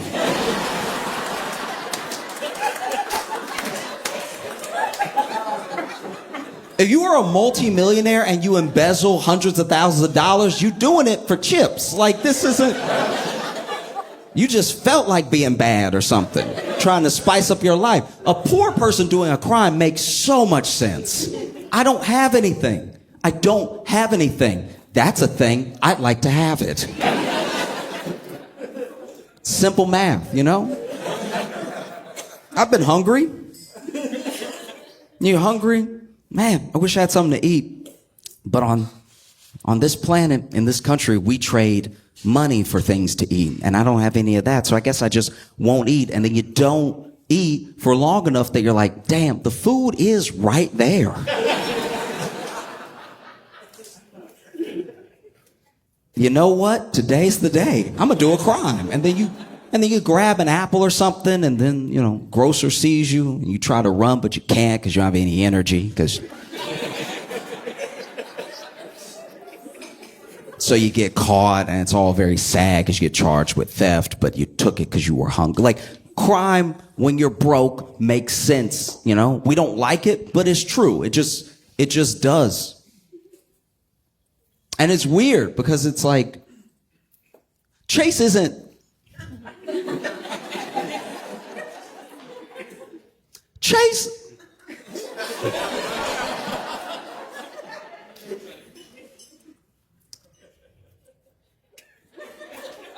This is what bothers me about the whole thing.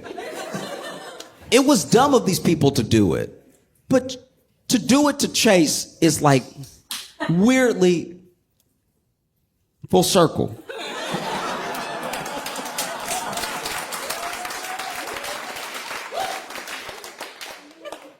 Chase got bailed out in 2008 for about $12 billion. And they needed those $12 billion because they were playing with money that wasn't theirs. And they were... They made the video, it just didn't go viral. You know what I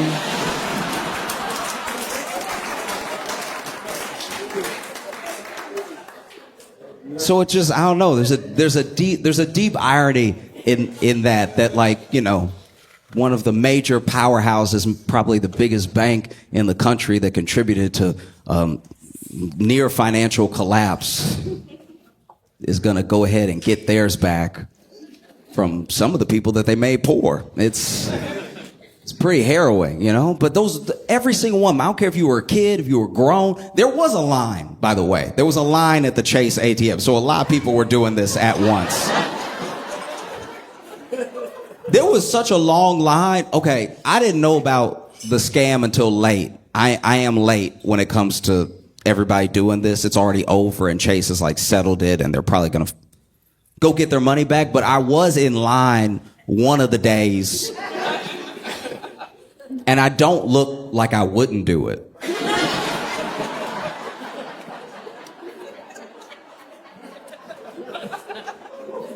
I'm standing in line like, come on now.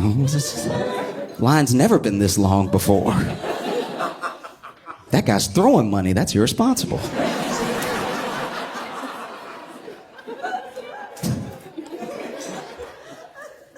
No.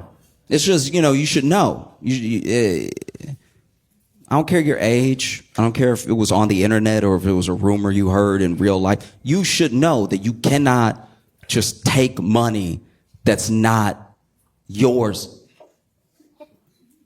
as a poor person. If you want to steal millions of dollars, you need to already have millions of dollars. There is a Chase money glitch. It just only benefits Chase. The only people who can just print money with absolutely no consequence are the Federal Reserve. Everyone else has to deal with it. That's a tough one. It really is. Because I think about how some people are like actually in real like felony trouble. I don't know what I would do if I committed a felony, but I was just joking. This is a terrible predicament to be in. Some of these people are like 20, They're like, guys, I don't know. I just wrote too many zeros. My bad.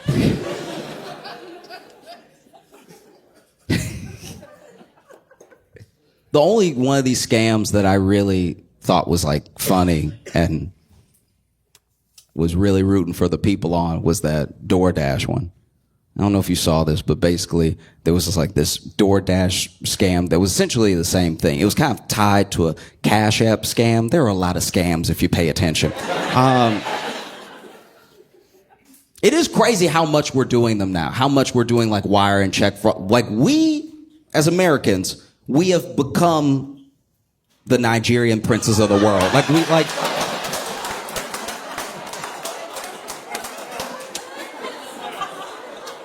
Because I know Nigerians. I know Nigerians from Nigeria. And they are like, what is happening over there? Do you need us to send you something? Like,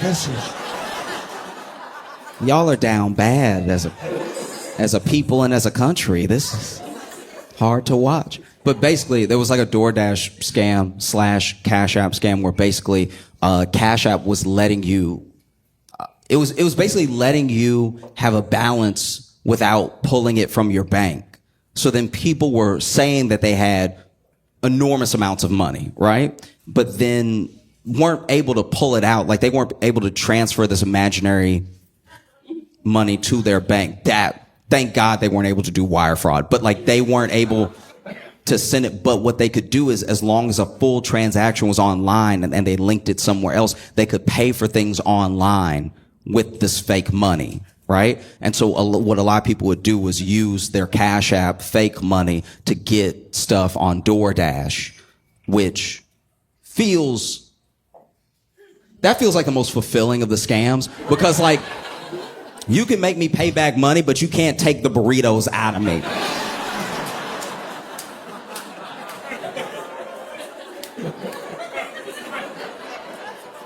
You know what I mean? Like when the police come, I'm gonna be full, all right? And when they put me in the car, that car's suspension will be in trouble.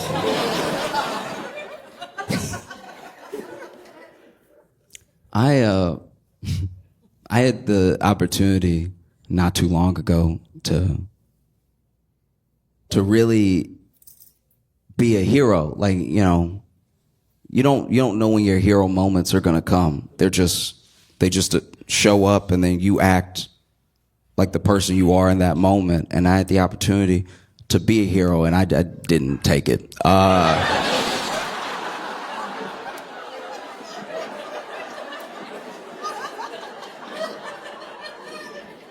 looked that moment in the face. I was like, you must be looking at somebody else. I don't know what to tell you. This is bad. Basically, I was at a friend's house, and while I was there, some other people basically broke out into a fight, and like a real fight. We're not arguing. No one's talking anymore. Fists going and everything. And there was a moment where I could see a gap. I could see a pocket where I could have broke it up. And breaking up a fight is a very precarious position to put yourself in, because most fights that you want to break up, especially if it's two people, if it's three, it's gone too far. You know, you're not going to be able to double dutch that one. You know what I mean? But two, you wait for a moment where they're like both tired, or they're trying to wrestle, or, you know, they're backing up to like get started to fight. You know, that little back up hop step.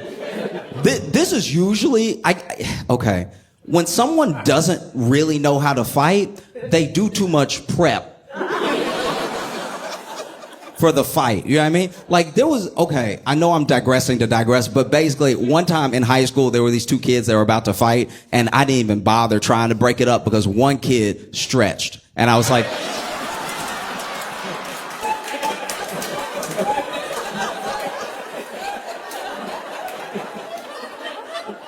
nobody that's really about to beat you down goes, oh, okay, you about to get it.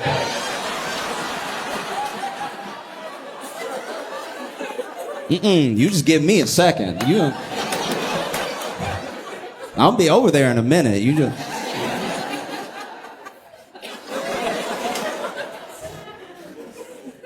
And so said all that to say that, you know, there was this moment where they were backing up, and one of them, you could tell he couldn't really fight because his hop when he was backing up to prep looked weird, right?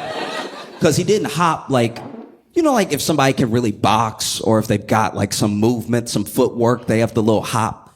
This dude went, okay, then here it is then.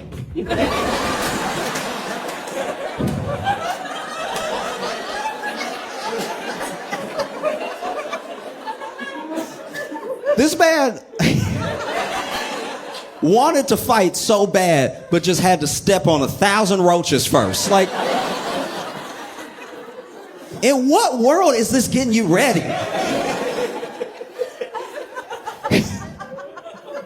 You look like you've already been hitting your cerebellum when you move like that.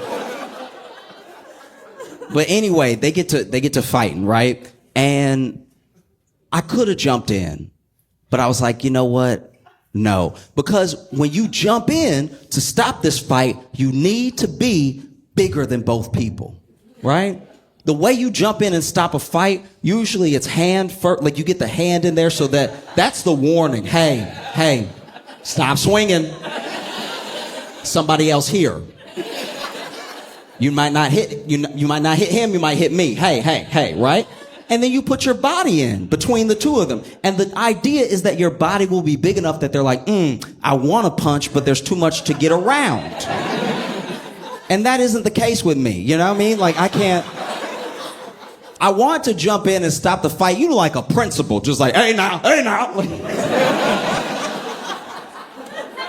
Okay, so, all right.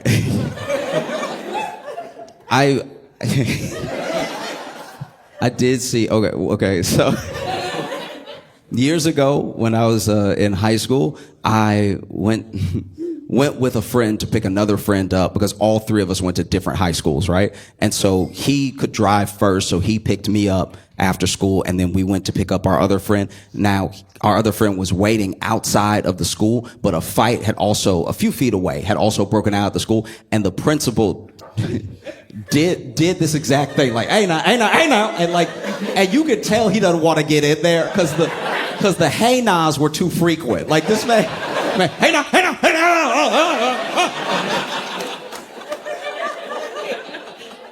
But he stopped the fight because he was just being too big for both those boys to get at each other, right? And I don't have that. Like, if I jump in, I will catch a stray. Like, I'm going to walk right into a fence. Brothers, please.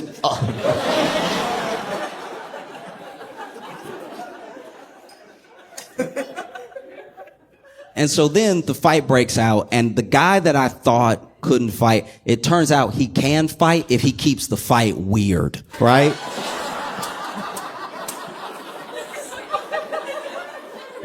Because in fighting, in hand-to-hand combat, in battle, right, you use what you have. You use your hands, fists, elbows, knees, shins, foot, everything that you can. If you wrestle them to the ground using your weight, using leverage, there's just lots of going on with your body when it comes to a fight. But what I've never seen, and I watch fighting. I watch combat sports. I like watching boxing. I like watching kickboxing. I've seen people who can kickbox in real life in like a street fight. I've seen people who can box in real life in a street fight. I've seen people use their knees, like Muay Thai moves, elbows, all that stuff. I've never seen somebody who just grabs.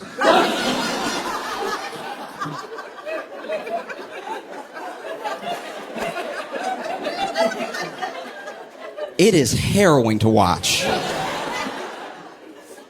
Because my man is over here trying to like fight, like he's fighting, right? And he's like punching and kneeing and kicking and everything like that. And the other dude, anytime he get close, he's just like,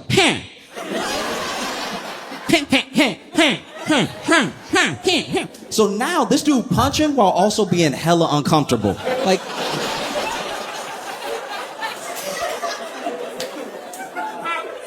Like you can see where he's like, hey, when does this cross over into a different type of assault?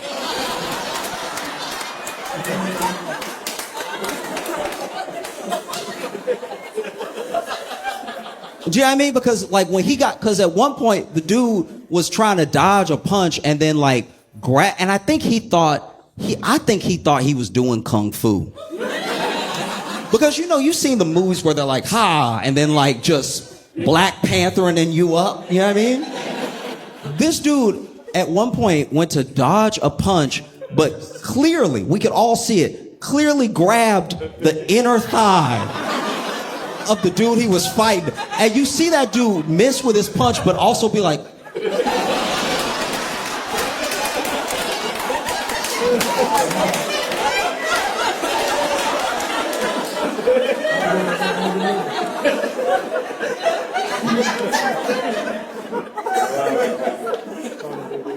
and so they're fighting and they're fighting and they're fighting. And then there's one point where, you know, the dude who really knows how to fight pushed the grabber away. Because I think he just needed a break.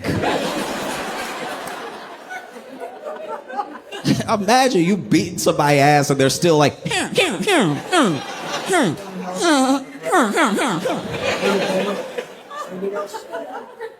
it's devastating. And so then I realized that I made the right decision, not because I didn't want to be grabbed, but also I knew I made the right decision because when they re-engaged, the dude who knew how to fight, okay. I shouldn't laugh, but all right. I knew I made the right decision when the dude that knew how to fight threw a microwave, right?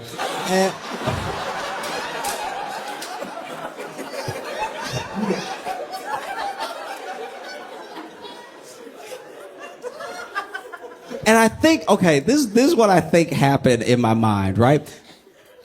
No one even saw him with a microwave. We didn't know where the microwave came from. You know what I mean? And I think we were distracted because when he pushed the grabber off, the grabber was ready. He was still like had energy, even though he had lumps all over him and everything. And he was just standing like.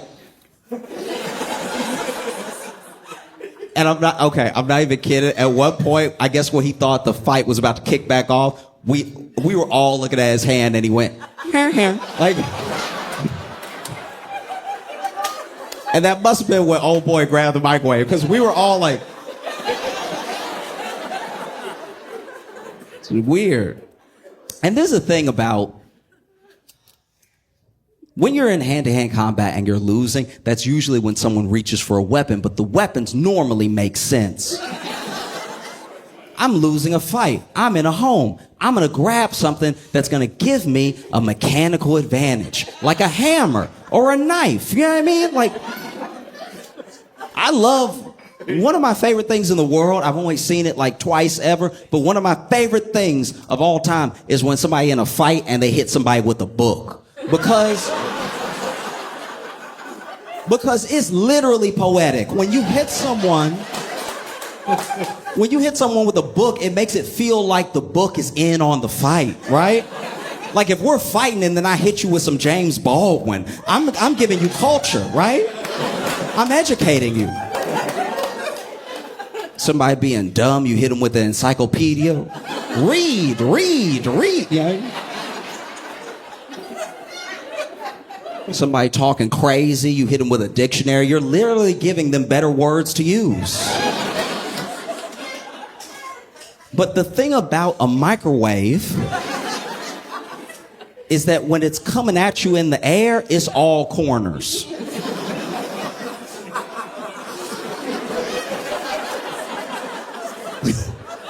When a microwave is hurtling towards your head, it's nothing but angles, all right? You would think it was a diamond, the way that it moves through the air. I guess I'd never seen one fly before, so I was like, wow, right?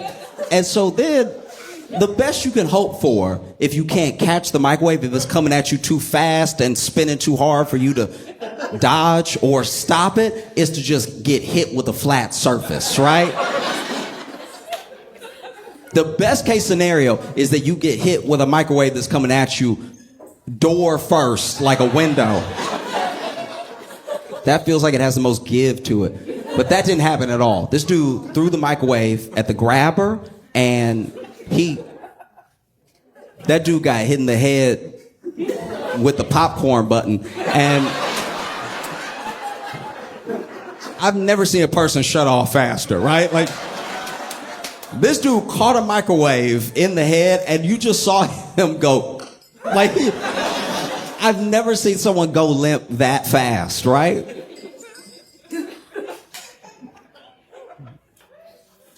We were all standing there like, I think he dead. Like,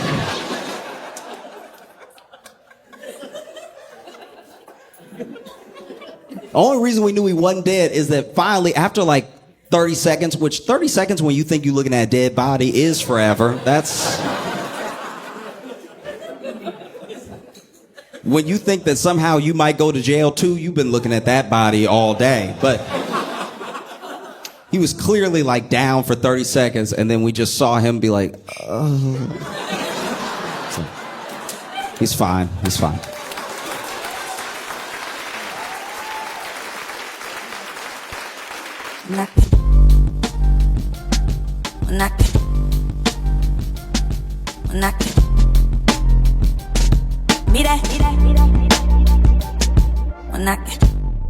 You guys are so wonderful. Are y'all ready for your headliner? Y'all start clapping right now. Give it up for Josh Johnson.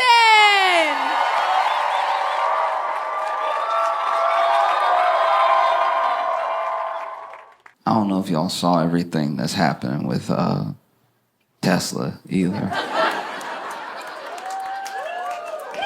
That's crazy stuff. Okay, so basically, if you're not aware, Tesla is an electric vehicle that, rewind just a couple of years was not a political statement at all. It was a car you could buy or not buy. It was just a car on the market that had some stock, and the stock would go up and go down and go up and go down. And then, you know, Elon Musk decides to get involved with politics and gives anywhere from like 250 to I think maybe $270 million to Trump's campaign. And then Trump wins and Elon becomes the president.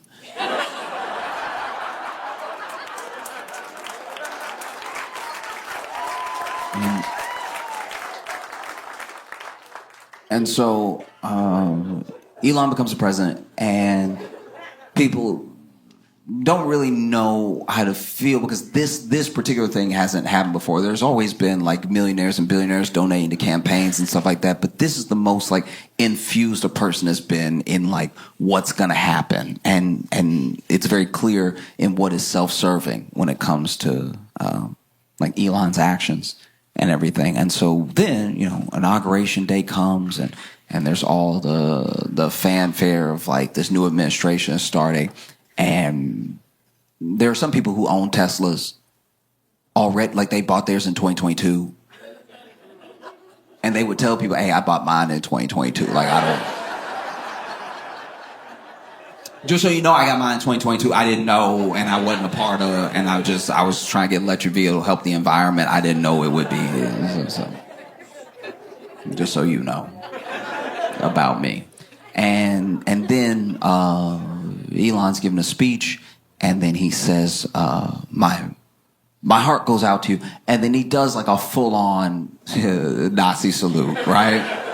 And does it again, for clarity. And there is a part of me that genuinely, when someone buys something, especially something expensive, and then something happens with that company, a part of me does feel for them, because there are people who bought their Tesla in 2022. They might have been sitting in their Tesla when they saw Elon do a Nazi salute, like.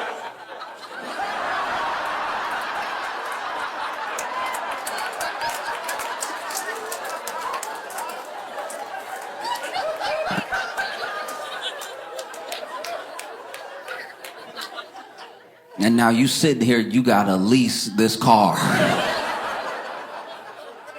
I don't know if y'all saw, but Trump released the JFK files, or at least is starting to release the JFK files. And yeah, it's a lot. He said there's like 80,000 pages or something. I think they've released like anywhere from like 2 to 20,000 already, with more to come and stuff. And I don't know about anybody else, but when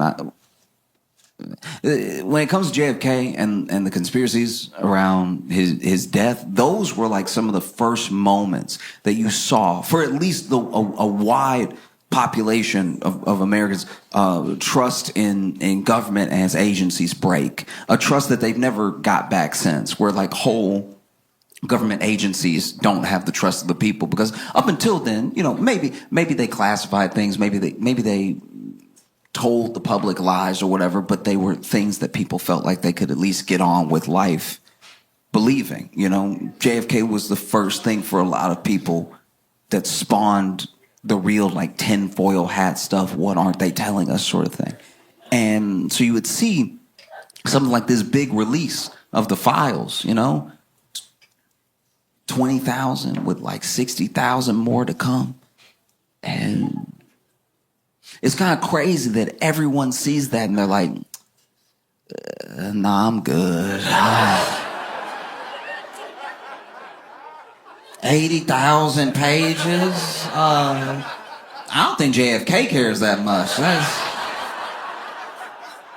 80,000 pages. Game of Thrones isn't 80,000 pages. 80,000 pages is insane.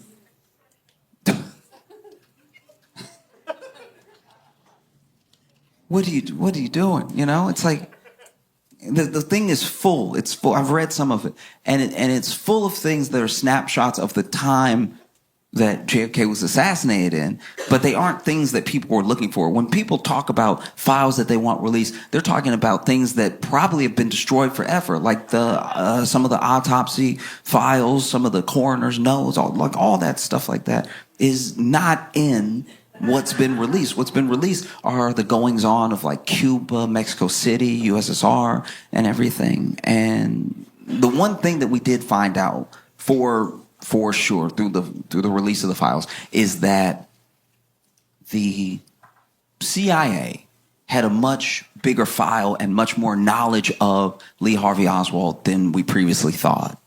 And they had been tracking his movements and everything. He had been going to these different countries. I'm pretty sure he went to Mexico City for a little bit, and then he went to the USSR.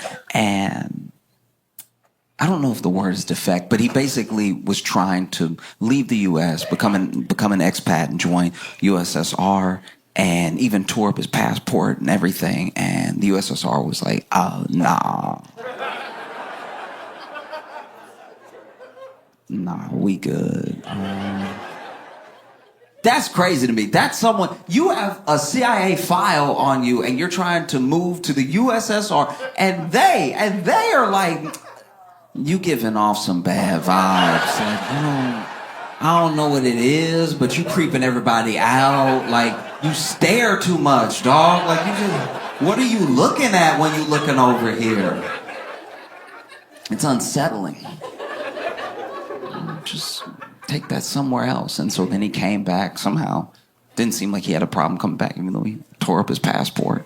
And then commits the assassination, and then Jack Ruby kills Lee Harvey Oswald. And there were so many people who thought that Jack Ruby's mob ties meant that he was sort of there to close up loose end, that maybe the mob did it.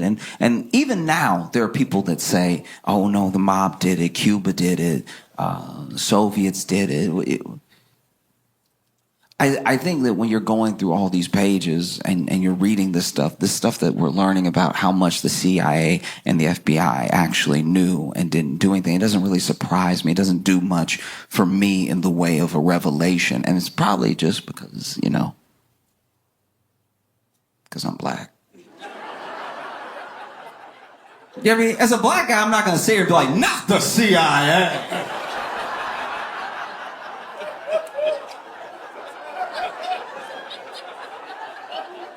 You mean to tell me the CIA?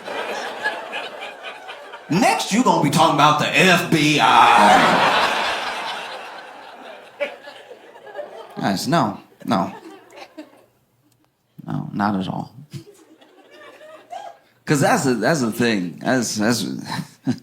That's what trips me up too, is all these pages are getting released. There are things that were released during Trump's first administration that were redacted pretty heavily, and then they've been re-released, not redacted, right? Or just one line redacted. So much so that there are people that are actually mad at Trump because they're like, some of that stuff, some of those people are still alive. What are you doing? You know what I mean? And so then, you'll have like one little line that's redacted, and you'll have someone obsess over that specific line because it's not finding the truth for them. It's about keeping the conspiracy going, because you'll even see they uploaded it to the archives. You can check it out in the archives right now. They uploaded everything they've uploaded so far. In my opinion, they've done pretty badly. I think they just had a scanner and they were like, he said today, so...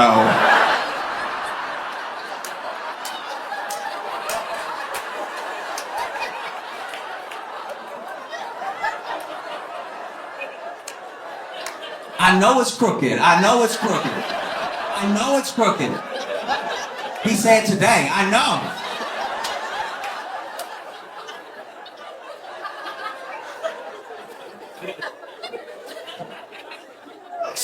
Honestly, I looked at some of the files, some of the handwriting in some of the notes, whether it's written by a CIA agent or like some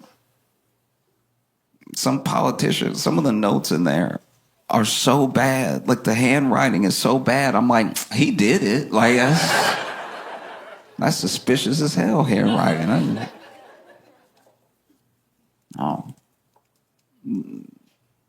Little things. little line will be redacted. Oh, that's what they don't want you to see. That's where all the truth is. It's like, look, maybe. I'm not even saying that's not possible. Maybe. But also, maybe it's just like an address that makes sure that a person who has nothing to do with this doesn't get implicated. You know, there are all types of reasons to redact something. And it's when people put that much weight on the thing to keep the whole thing going that I'm like, you don't want to know. You want to keep guessing, you know? And don't get me wrong, it's fun to guess. I love guessing. I don't know what I'm talking about half the time. Sometimes I'm just guessing. No? Best way I can describe it is I'm a fight fan, so I watch boxing, I watch MMA and stuff like that, and I watch men's fights, I watch women's fights, and I just kind of follow the fighter and follow their journey and enjoy who I enjoy because I like the person. I like their story, right? And there was this young woman, I do not know if she is from Brazil. I think she is because I'm pretty sure she was speaking Portuguese, and she only speaks Portuguese. She doesn't speak English. So after fights, when someone wins, especially if they don't speak the language, they will do the post-fight interview right there. And they might do another press conference later, but they'll do the post-fight interview. And if they do not speak the language, someone will come out, a translator for the promotion will come out.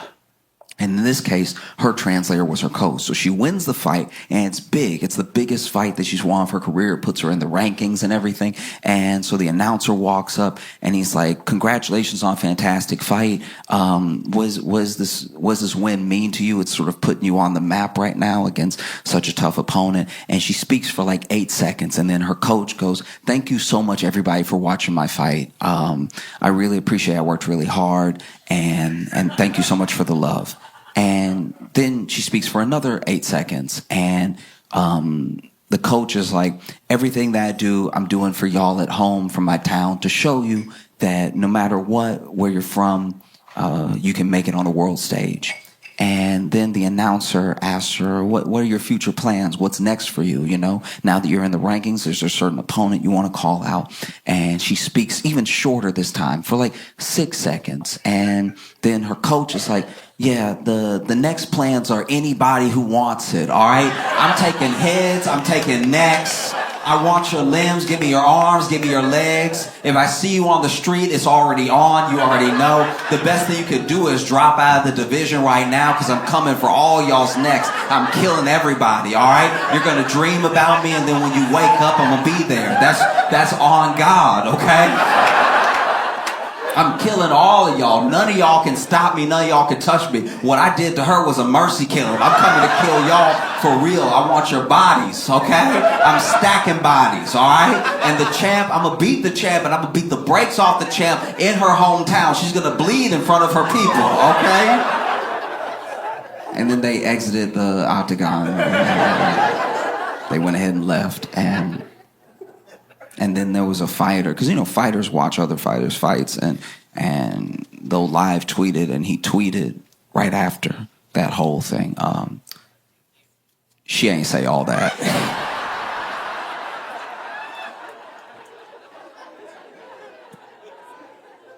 And I'm not gonna lie, that's what those redacted lines feel like to me sometimes, where I'm just like, yeah, look, maybe the whole truth is in the one sentence, but maybe it's in the 80,000 pages that nobody feels like reading. Because Trump said he was gonna release JFK files, and he slowly released them over time, I guess. And then there were people that were like, "Well, why don't you release the Epstein files? The Epstein files are what we want. That's what we're actually focused on. Why won't you release the Epstein files? Is it because you actually knew Epstein? Is it because you might be implicated? Is it because you were on the flight logs? Why won't you release the Epstein files?" All right. And then he does release the Epstein files. But what he does is he releases a bunch of files that were already released like last year, and then redacts some of them to make them look like they're newly half redacted files. And then people called it online immediately. They were like, "No, this isn't it at all." And then even the people who were like showing it off and like, "Look at this transparency," then they got mad because they were like, "You made us look like idiots. We thought you were releasing stuff you hadn't released before." And so then people called again, "Why aren't you releasing the Epstein files?" So if you're Trump, you know, you're probably sitting here, the only thing you can do is release the Epstein files and hope it's 100,000 pages.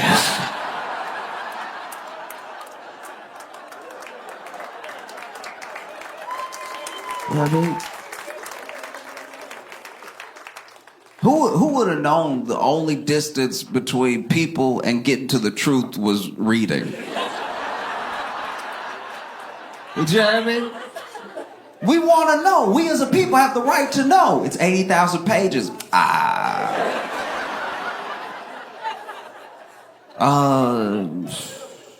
gonna wait till the movie come out.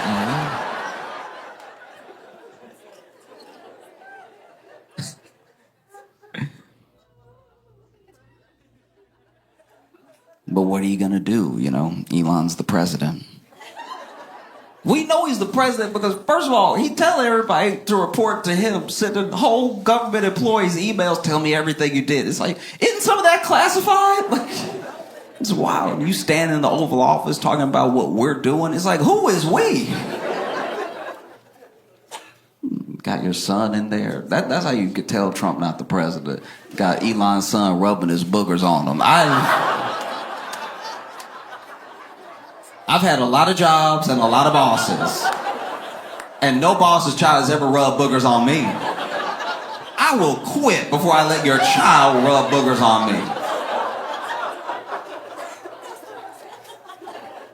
Elon is the face of Tesla.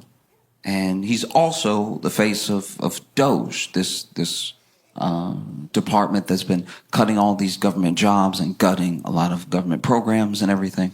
And I've talked to a lot of people, a lot of people across the political spectrum about Doge, about their actions, and from the time it started to present, right? So some people are like, oh yeah, it's a little bit much now that we're very much on its side. There are some people that still don't see a problem. There's some people that hated it from the very beginning.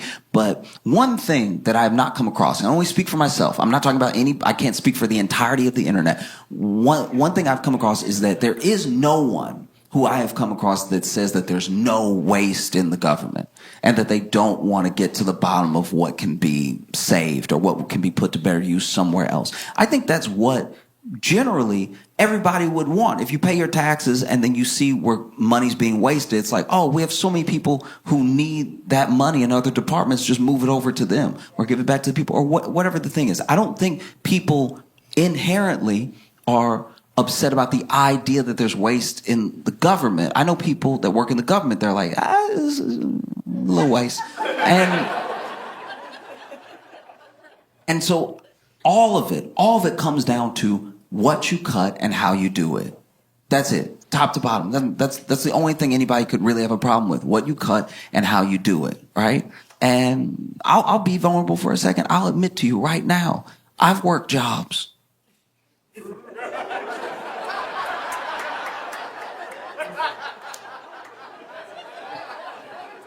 I've worked jobs where I was like, I'm not gonna tell anybody, but like, they really don't need me.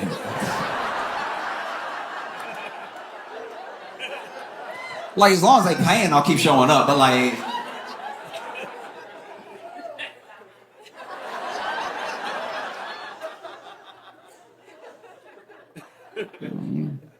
And you end up seeing what happens. Because the thing with...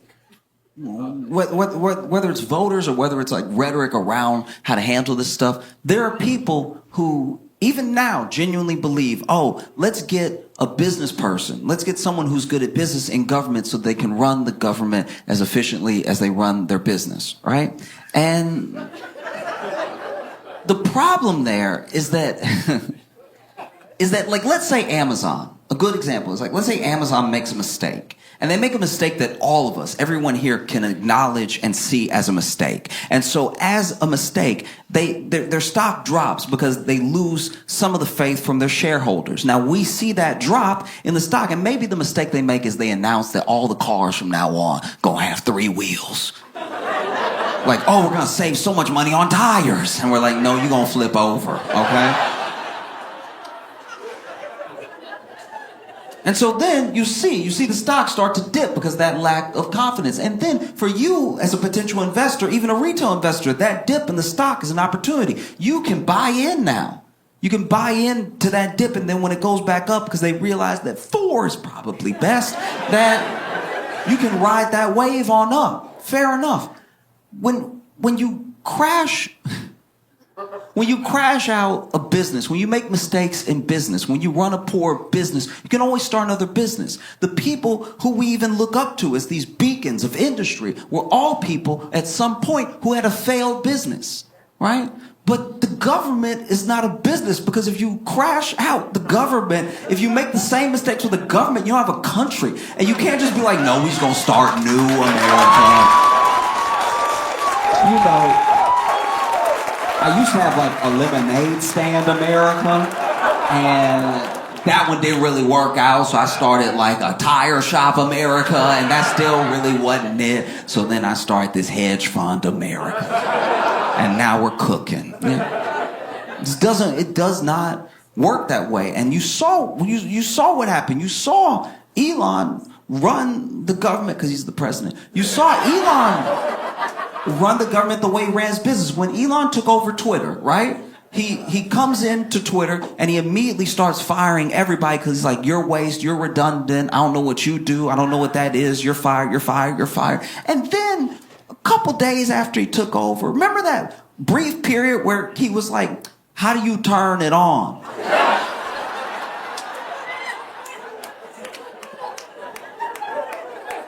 And then someone who still worked there, who he didn't fire, was like, oh, you fired the dude who turned it on. Yeah, you asked me for a list of people to fire, I'm not going to put my name on the list. So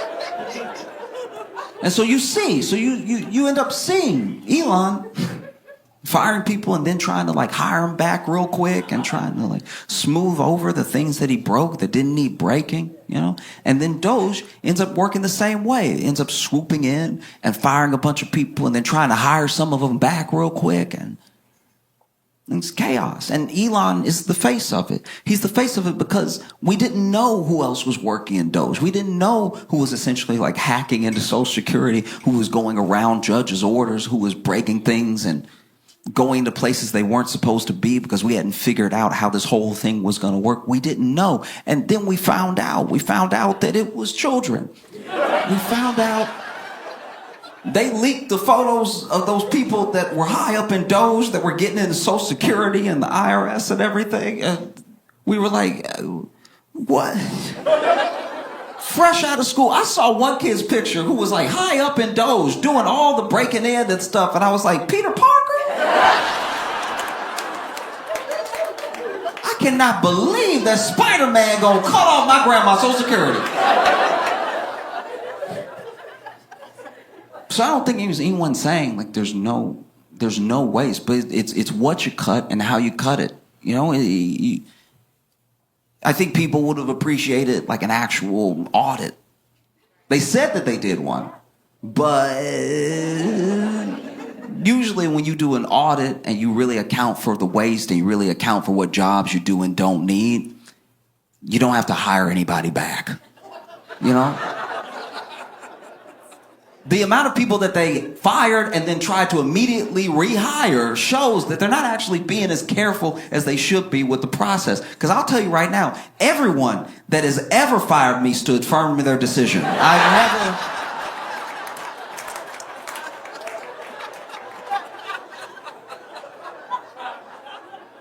I've never been fired and then somebody ran out after me. Hold on. That's my bad. I was wild. I was trying to look good in front of the other employees. You come on back in here. That has never happened. Anyone who has ever fired me has never called me again. But then Elon is the face of it. People don't know what to do. They don't know what to do to express their anger and their disappointment, their frustration about this unelected person gutting these government programs. And you see where people, it's not just like a one-sided thing. It's not just like a liberal thing. You know, there are people who are like, I voted for Trump. I believe in what Doge is doing, but then I'm told that I'm being cut because of bad performance, even though I'm holding right here a performance review for like a month before the election where they said that I was doing great, you know? And so then people across the political spectrum are going to the town halls and they're complaining to the representatives, and the representatives, they're not really hearing them out. They're not really backing them up. So there's even more frustration, and it's bubbling up and it's bubbling up. And he's the face of two things. He's the face of Doge and he's the face of Tesla. And so then people go to the Tesla dealership and he's not there. But people go to the Tesla dealership and they start protesting at the Tesla dealership, and then the stock starts tanking because there are people that are like, being attached to this right now is not a good look, you know? And then people start vandalizing Teslas, start putting swastikas on the Teslas and stuff like that. And then there are people who, you know, bought a Tesla in 2022. They're like, guys, I didn't know. I had no idea. And almost immediately, it felt like almost immediately, Trump came to his defense, right? Trump invited Elon to the White House. I mean, he already got an office there because it's his White House. He's the boss. He's the president. But Trump told Elon, hey, bring a bunch of Teslas, park them out front of the White House. We'll do a dealership commercial.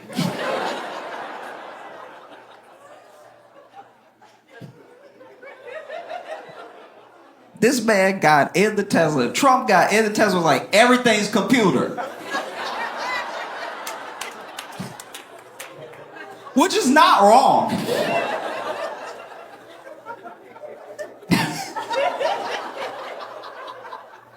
It's not wrong. I remember my first Tesla experience. You know, I didn't ride in a Tesla for a long time. I heard about it as a car, but I didn't get to be in one, and I don't drive, so I didn't try to drive one or anything. And my first Tesla that I ever got in was an Uber. And so when I walked up, I didn't know about the door. I didn't know the door would be all smooth like that. So this is me. Look, I'm admitting for a second. I'm being vulnerable here. I'm admitting for a second that this is me. This is my bad. I was doing too much in my head. I was doing too much, all right? Know that I know that before I even admit this to you. I was doing too much, right? But when I walked up to the Tesla, I thought my driver sucked the door in because I was black.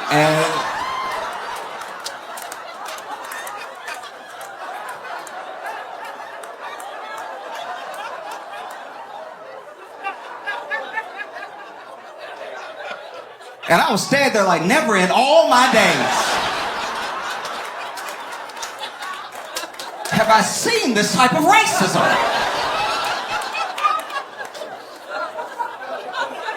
I was fierce. It was all smooth and everything.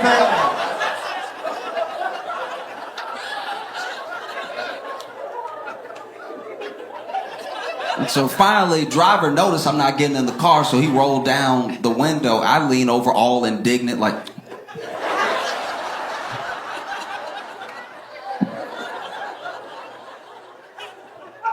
and then he started explaining how to open it. I was like, what do you mean you got to push to pull? That doesn't even make sense. And then I get it with my thumb, and I was like, oh. Oh, okay.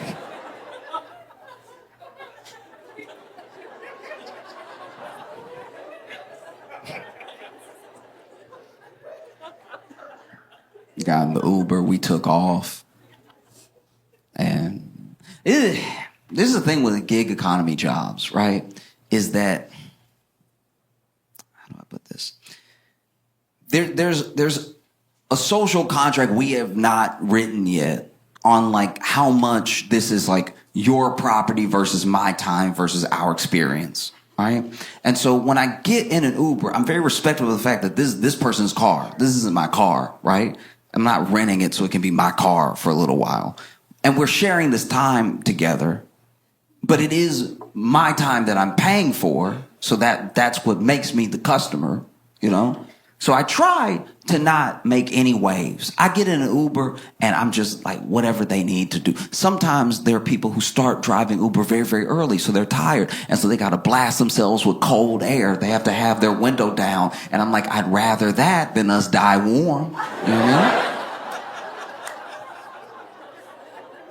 So I don't say anything. I'm like, I'll just be uncomfortable on the way to the airport because that's what's keeping this man awake. And this is the person that showed up to drive me, right? So I almost never say anything. It's a very big deal for me to even try to say anything. And I go ahead and I do it, though. I'm like, hey, I'm so sorry. I'm not like, I usually don't do this or anything. But you know, I leaned over to him and I was like, hey, I'm so sorry. But could you please, like, touch the wheel? Like...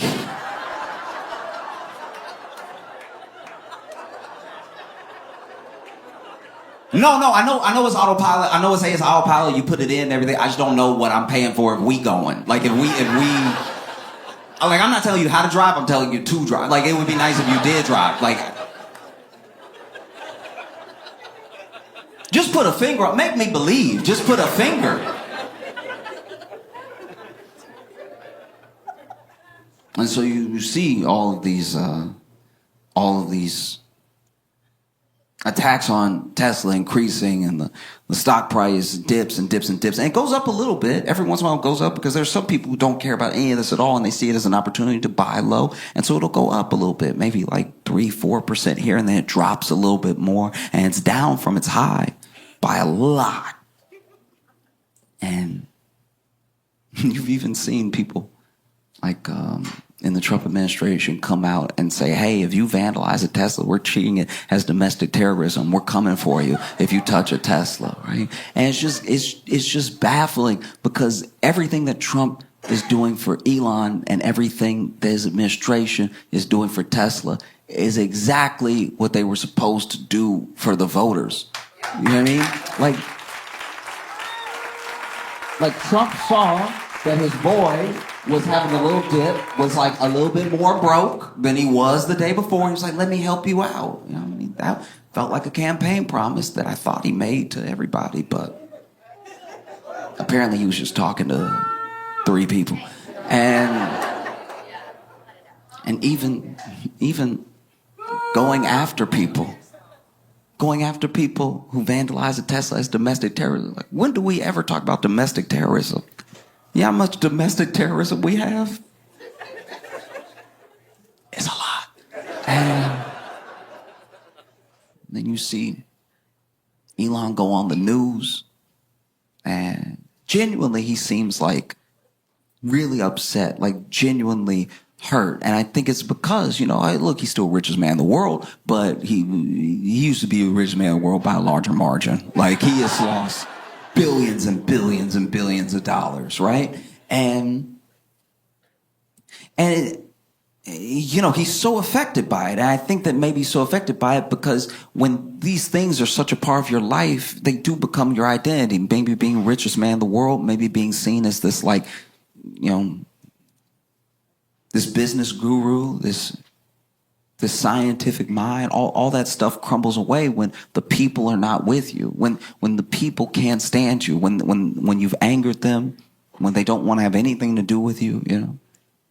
And he sees the destruction, he sees the people turning on him, and he seems genuinely upset. And I don't think his feelings are hurt because some people are mad at him. He's never going to meet these people. I think that when you attach so much of your self-worth to this money and this status, this influence and this power, that even the prospect of losing it can rattle you deep down, right? To your core as a person. And it looks like he's about to cry on the news when he's talking about, I don't know what I did to deserve this. It's like...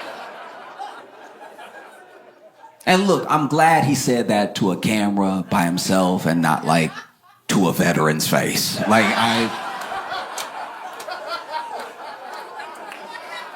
you know what I mean? Like, he didn't really get that. You know, the dude on Fox was like, you've done nothing to deserve this. You're a true patriot, whatever he said. And I was sitting here watching Elon get genuinely sad. And I was like, oh, my heart goes out to you.